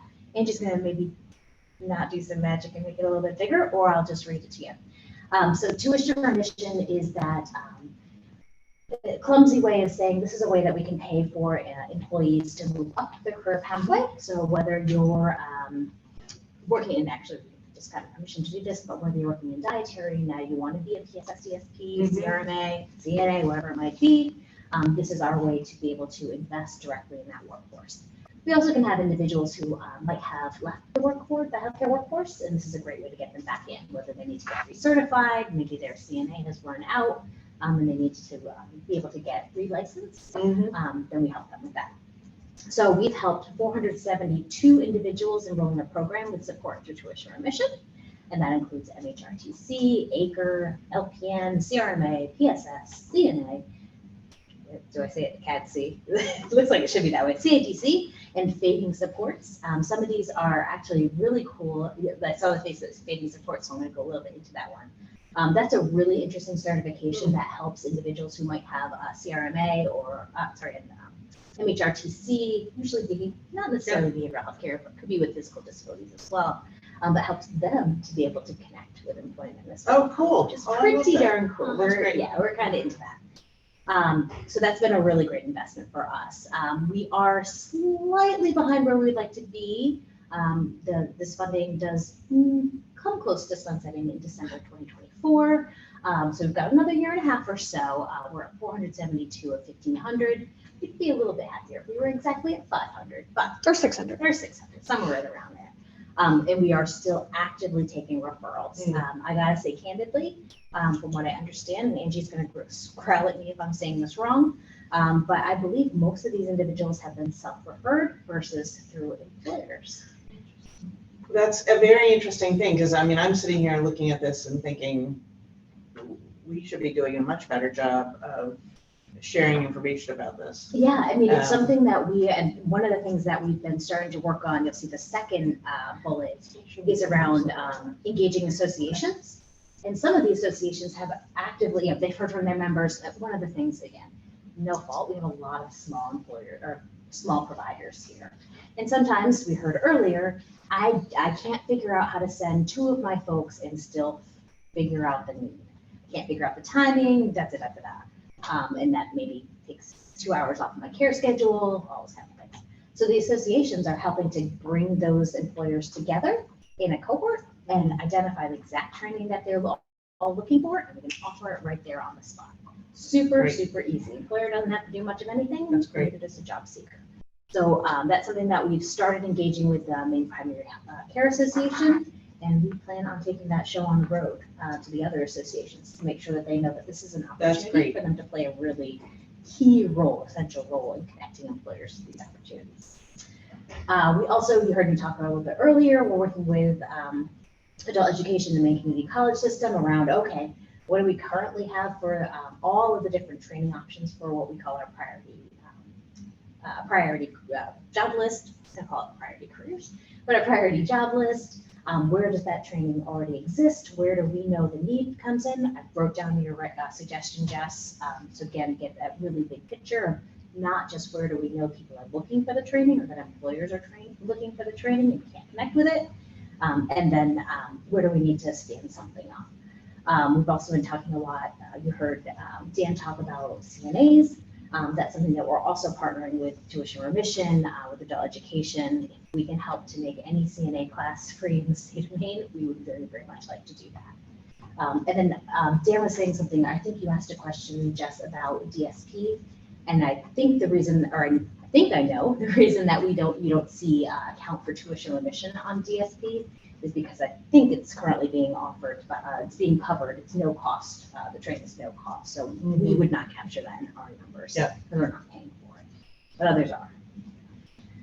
So interesting to think about when I was just talking about the Uncle Sam Needs You and this, because I was just thinking about the Maine Association of Retirees, where there's 30,000 people, many of whom have directly reported a loss of purpose, right? And after a period of retirement and want to go back to part-time, but doing something meaningful. And I wonder about, is there some way we could work with MAR to do like a targeted newsletter piece, like that would say, we really need people to come, back into the workforce, into these jobs. And by the way, we can make that happen. About it? Yeah, we later? great. You We want to can get make this know what happen training for you you. need? Yeah. I just think, and maybe AARP, by the way, would also be another entity that would do, a targeted mailing to, I mean, they obviously have tens of thousands of people here. Because I just think, a direct mail kind of thing might be just the ticket we need for the older worker, that's one of the category of workers that could come back And they're great. I mean, we're already talking about, you know, how do we start thinking about training volunteers, right? I mean, to take the trash out, anybody knows how. They all know how to take the trash out. You know, but you don't want to take the trash out for 10 people every day. That's the thing, right? I mean, that's where the difference between a worker and a volunteer, right? But I think and the things we know, right, from the lifelong learning community, I mean, the lifelong communities is that people, well, and even just like the volunteer driver programs and stuff like that, people want to serve people in their community. They don't necessarily want to serve everybody. So I think that's the other targeted piece, this roadmap of where the demand is also, I think, critically important. I got in between the last two meetings and last meeting, I got a call from Sue Mackey Andrews, you know, who lives up in Piscataqua County, and she and a bunch of her friends are sort of providing, you know, de facto care for a woman up there, and have been for a couple of years. She said she hasn't had a shower in 2 years, you know, because they can't find a home care worker in Piscataqua, you know. It's like, great. That's not, you know, they're not willing. That's the thing, like, you know, we can't do we're not trained to do that kind of care, right? So we can take somebody's trash out, but we can't give them a shower. Well, that's great. It's good. That's good information. Did you have more? No, and if there's any specific questions that folks have, we can certainly be prepared to give more information. Any other questions for Kim?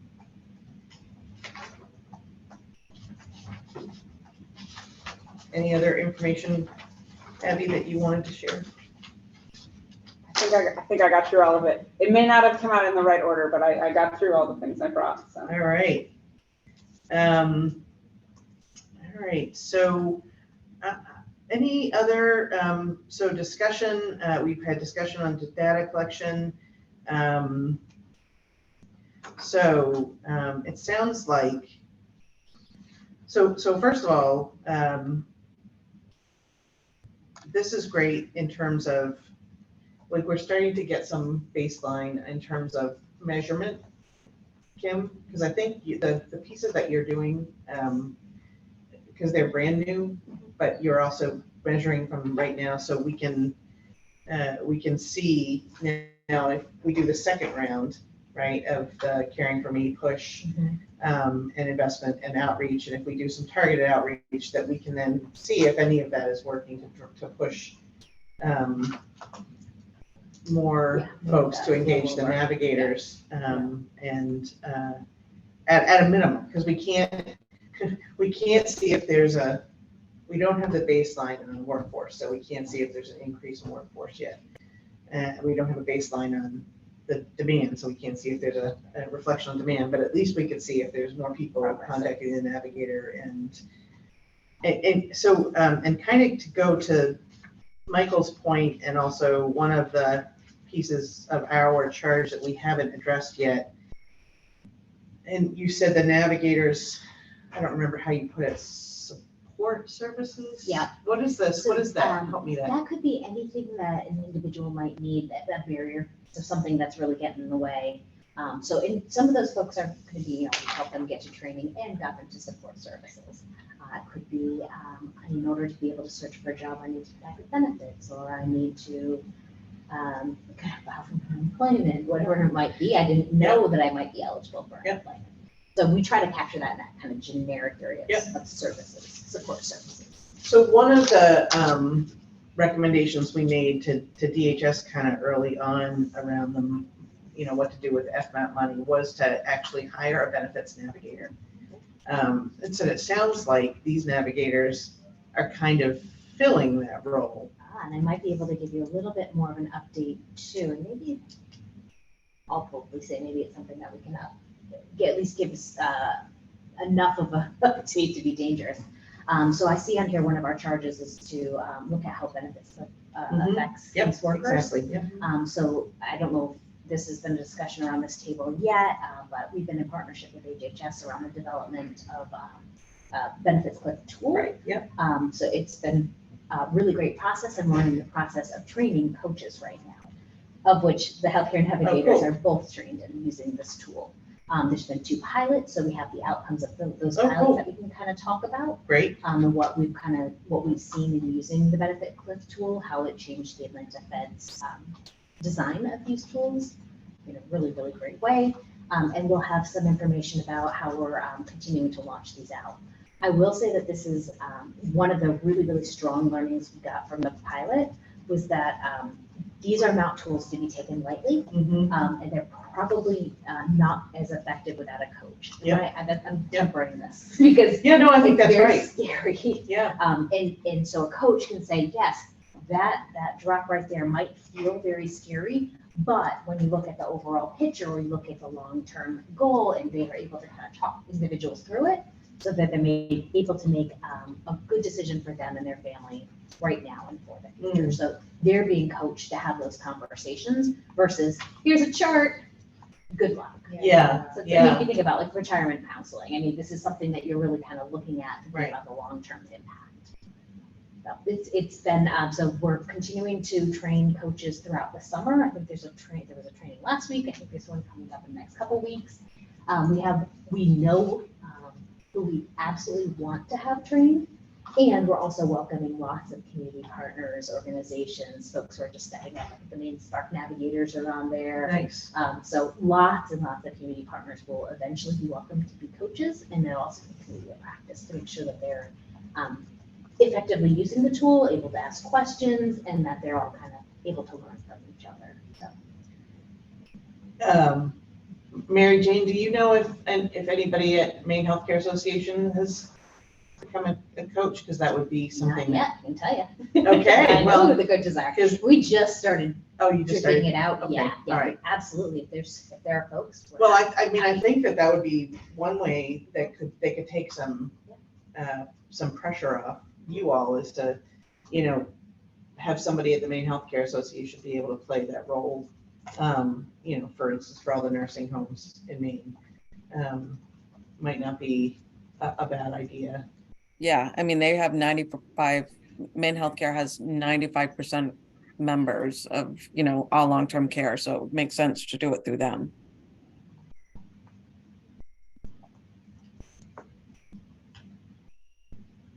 You have someone that maybe they'll a little bit frozen. If you have someone that you'd like to recommend to become a coach, that's absolutely, I would love to get that recommendation. That's great. All are welcome. It's not an exclusive group. Okay, well, I'm just gonna go one step further. So if Michael were dealing with somebody in his shop, who is saying what he's already said. Yep, I can't, or I don't want to take this rate increase, or because it's gonna, could he refer somebody? Absolutely. Did you hear that, Mike? So I'm gonna say, absolutely, give us a couple weeks. We are just training coaches right now, and what we're hoping. Right now. We're hoping to have a map, so that, like, Michael could go on there and say, hey, here's a map. Find a coach near you. You get to choose the organization, the person, the whatever. Oh, okay. But we'll have this kind of, here are all the coaches around you. And of course, they can also do it virtually. It's not Okay. All right. required to do face to face.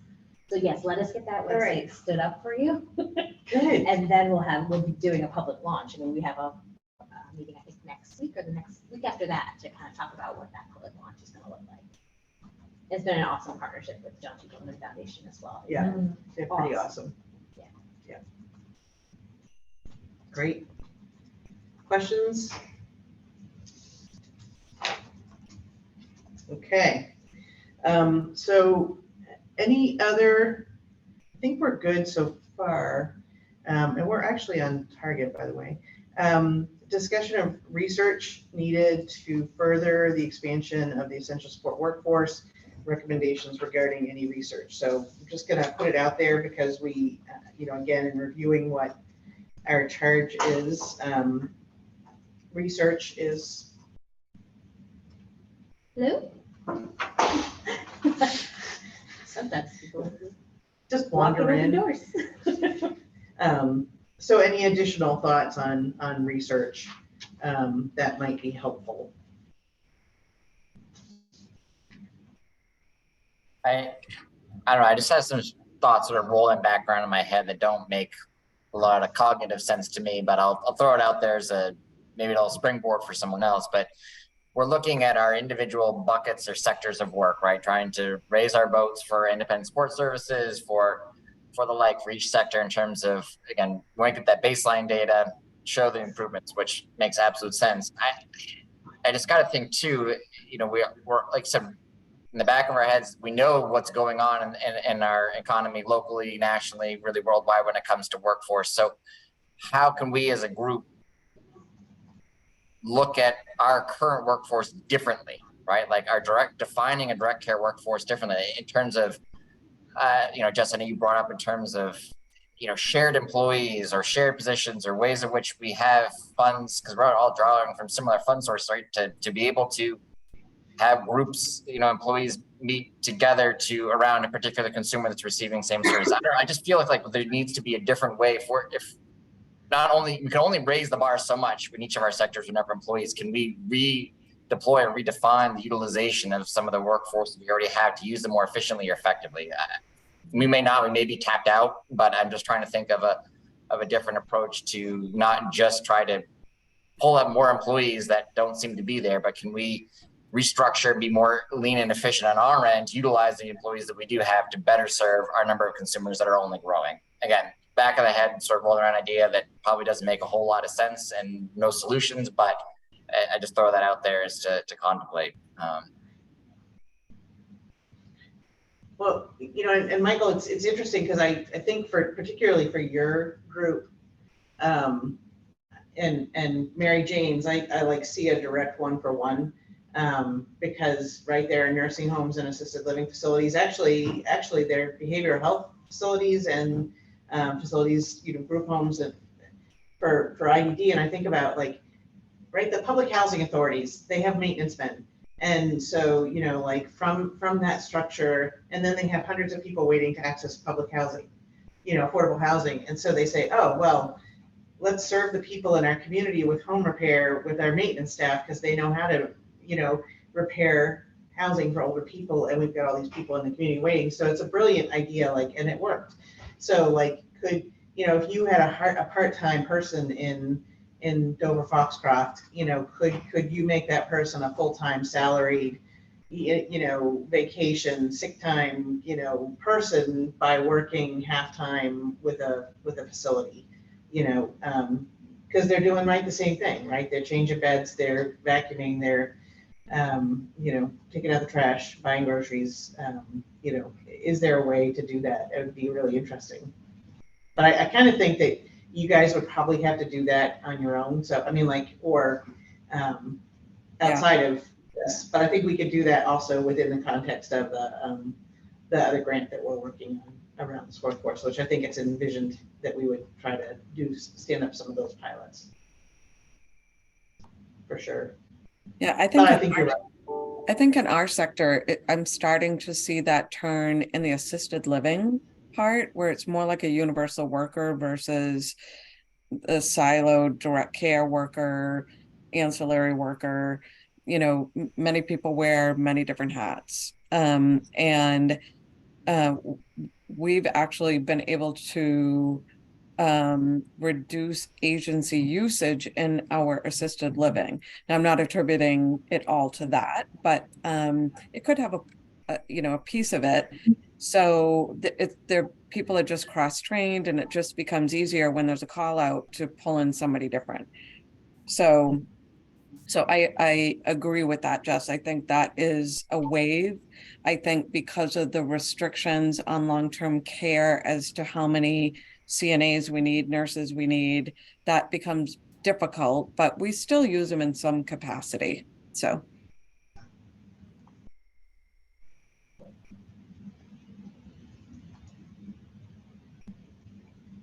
Catherine, any thoughts? Research? That's my only thought, is that our next meeting's coming up soon, because it's next, right? Well, it's not quite August yet, but it's in less than 2 months. So I think we gotta think about our planning for that accordingly. Absolutely. Definitely, and just to a point to know that, we did know that this meeting wasn't going to be able to be, this was a reschedule, and just that there were a lot of people who weren't going to make it, but we didn't want to go 6 months without having a meeting. So we had this meeting knowing it wasn't a perfect time for everybody. Thank you for saying that.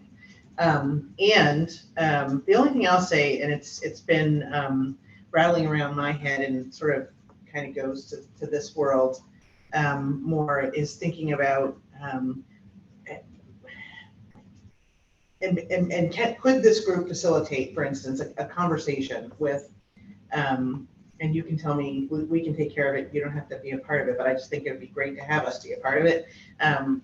Like a conversation with the Maine Health Data Organization and the state economist to really think about how could we kind of do some predictive modeling around, right, the age of our population, the shrinking of our workforce, the number of people in the workforce currently, and the where we think we need to go to grow the workforce. Could those folks and are there others in state government that we really haven't tapped yet, who have resources and special skills, who might be able to help us think bigger?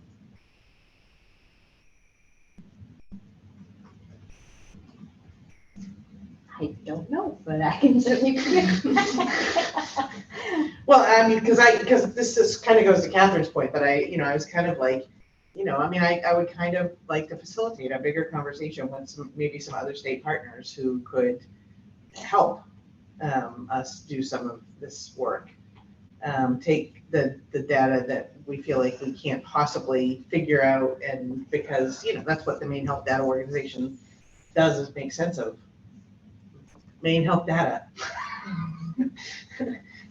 And the state economist, well, she knows a lot of stuff about the economy. So I think that's what they pay her for. But anyway, I don't know if there's any use in any of that, but I just thought I would throw it out there because it seems like it's something that there might be other untapped resources in state government that could help us. It wouldn't be necessarily collecting our own data, but are we able to tap into what data of other states or communities, of seeing if there are any other models that are turning around or maintaining, that we could then look into what they're actually doing to have those numbers buoyed? I mean, I've talked to my counterparts in Catholic charities around the country. I mean, they've gotten creative around, we'll pay you full time, but you only have to work 35 hours a week, or, but again, looking at data, from a state level or a community level or county level or something, to say, are there other parts of the country that numbers are sustaining or growing? And then we can delve into what are you doing to make that happen. But, I'd be curious to see if there are any other models out there that are effective and then applicable or replicable. That's a whole nother piece to that too, but just sure. Yeah, and I was thinking more about, sort of the baseline idea, sort of like, how do we move? Like, I still want a plan. I want a plan. I want to say, this is our population, this is our workforce, this is the number of workers, this is our need, and we're going to need to grow this workforce this much, over the next decade to meet our existing need. And how are we going to do that, right? Like, what's the plan of attack? And we work obviously very closely with PHI, and they're the national organization in the country that does this, and they're inviting us to conferences to talk about what we're doing. Not they don't have it. I don't think any states, and lots of states are struggling with this issue. This is not our issue. We're just happen to be at the leading edge of aging and workforce shortage. So we're having the most fun here in Maine. But there's lots of places are dealing with it and are doing different things. So I do think the more we can learn from other states, the better. Jess, I don't know if this falls into the research category, but I wonder if there's more information out there about what schools are doing to encourage people to go into these fields, or even incentivizing students to do some of these direct service jobs. We can maybe incentivize kids going into college, but I think we even need it earlier than that. So I don't know what we could, does the Department of Education know that, or, are there curriculums designed around that at all? And should there be, if there isn't? I think should go on the list, Mary Jane. I think thank you for saying that. And this goes back to the thing I was sort of saying earlier, and I don't know how to break the code. And again, I don't mean any disrespect to anybody, but even when we were just talking earlier, Kim, about what did you call them? Quality jobs, or right? Quality jobs, right? So again, that's a federal government thing, right? Winona, or whatever it's called, the work enforcement is tied to quality jobs. And right, so I'm going to have a little equity speech now, right? I mean, like these jobs. There's pathways to them too. It's also acknowledged by the feds is that there's a pathway to the quality job. So even if they start in a lower wage job, so long as the pathway is there. So yes, right. So good pathway, and we're creating pathways. So this is all good, but this acknowledgement, right, that this is work. This is women's work. Yep. Right, women's work, and it's work for people of color, and it has historically been underpaid. We've defined that in the report we did, the Muskie did, right, under the economic status of older women, that 84%. That's what 84 cents to the dollar, right, to what men earn, and that even men make more in these jobs than women do, right? And so what I'm trying to get at is that for years, these have been called dead-end jobs because they weren't connected. There was no pathway. They were paid horribly. And I think there's this ethos still around these jobs, and certainly with the data that 20% of people in these jobs are still on welfare, still a problem, right? Even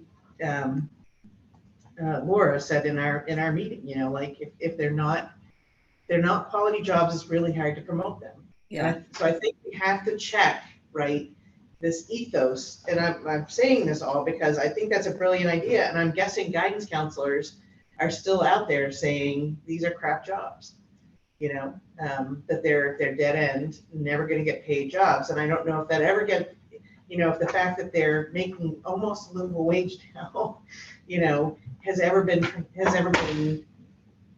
really conveyed to, the people that are steering young people to these jobs. So I think it's a really great idea. I don't know how to make that happen. I don't know if anybody has.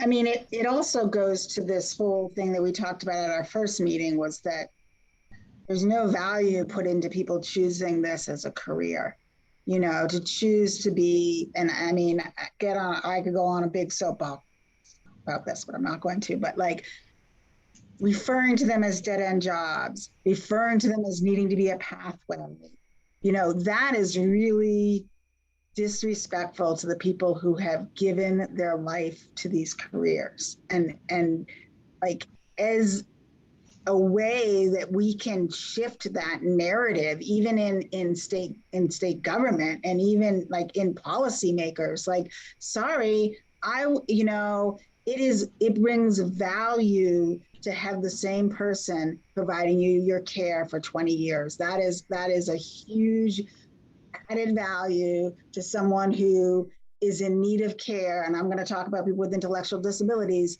their entire lives.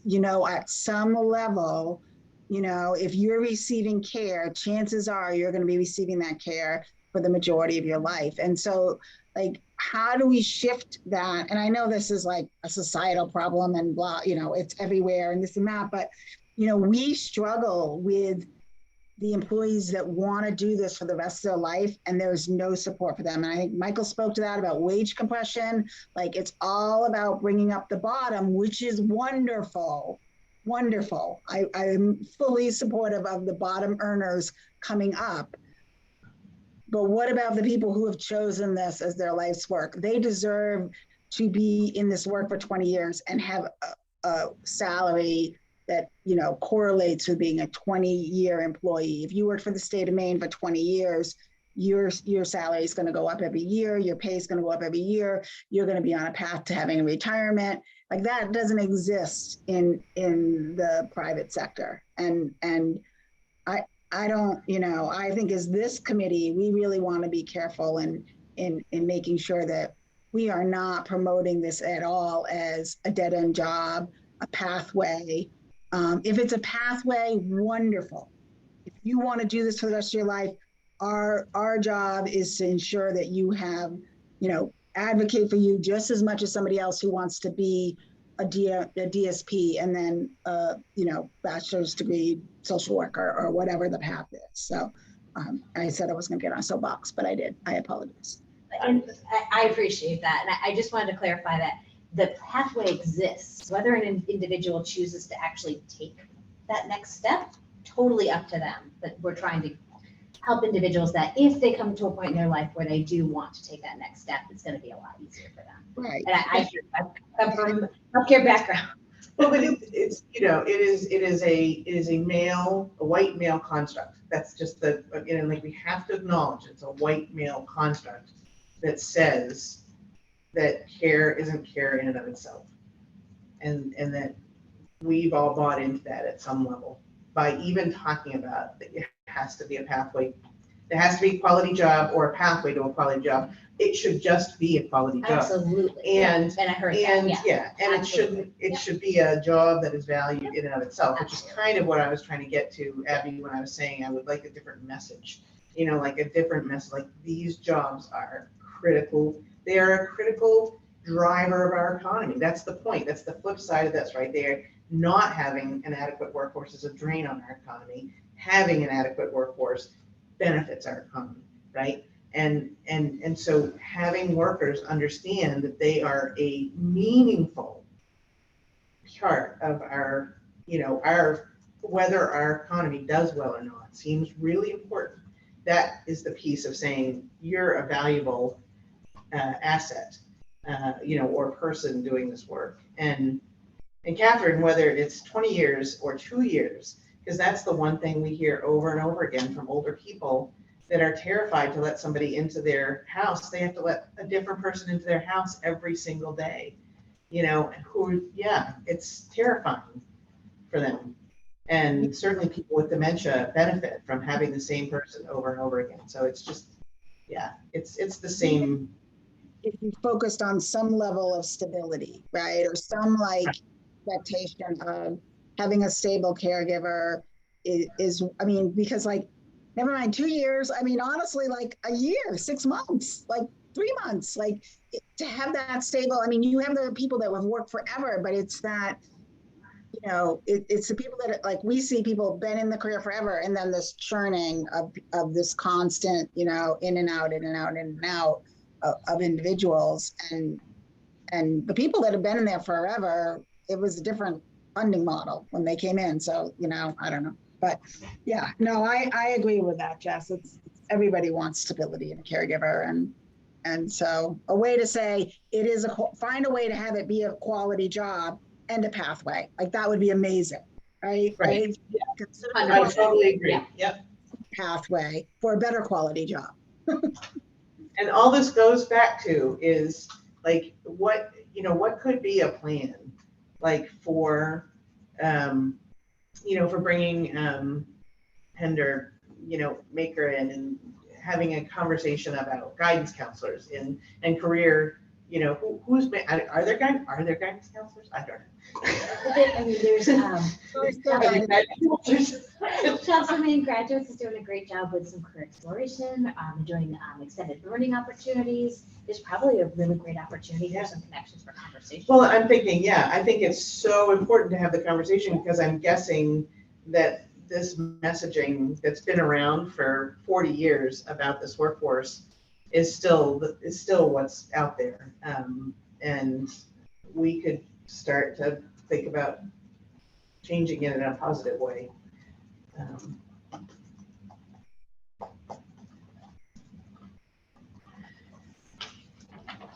By the way, it's a great meeting. Good stuff. Anything else around research? And Catherine, since you're right there, can you remind us when our next meeting is? September 20th. Or Angelina? I just looked it up. I literally just chatted it to Dylan. It's September 20th, right? Great. I think we don't have any other things to cover, so we can end early, except that we do have, we have committed to having an opportunity for public input. I just don't know how that works, Angelina. Can you see if anybody who's on has would like to share their ideas and thoughts from what they heard today? So we have just one person still in the audience, and if you would like to raise, if you would like to speak, I'd be happy to bring you on in and grant you talking permission to let me know you're interested in speaking. If you could raise your hand, that would be great. I also accept smoke signals, but I don't want to put you on the spot if you're not there. Maybe we could add public comment to the beginning of our agendas and the end of our agendas. Yeah, that would be good. Well, yeah. Do a town meeting or two, or town council meeting and wanted to say something, waiting for 3 hours. Maybe we could do one at the end of each hour. I think maybe not at the beginning, but I think having people be able to, yeah, that would be great. Did Ruta say she's all set? She has not raised her hand, which makes me feel like she might not actually still be at her computer. So I'm just going to say, if you are a member of if you are attending this meeting, if you could raise your hand, I will unmute you and I'll give you permission to talk. Apparently Jen has a question. I don't. Okay. Oh, here we go. So 2 clicks is all it's going to take. You now should have the ability to unmute yourself, Ruta. I did. Can you hear me? Yes. All right. Sorry about all this. Just to ask me this question. I'm fine. I need to say. Thank you, though. Thank you, Ruta. All right. Well, then we will call this meeting to an end.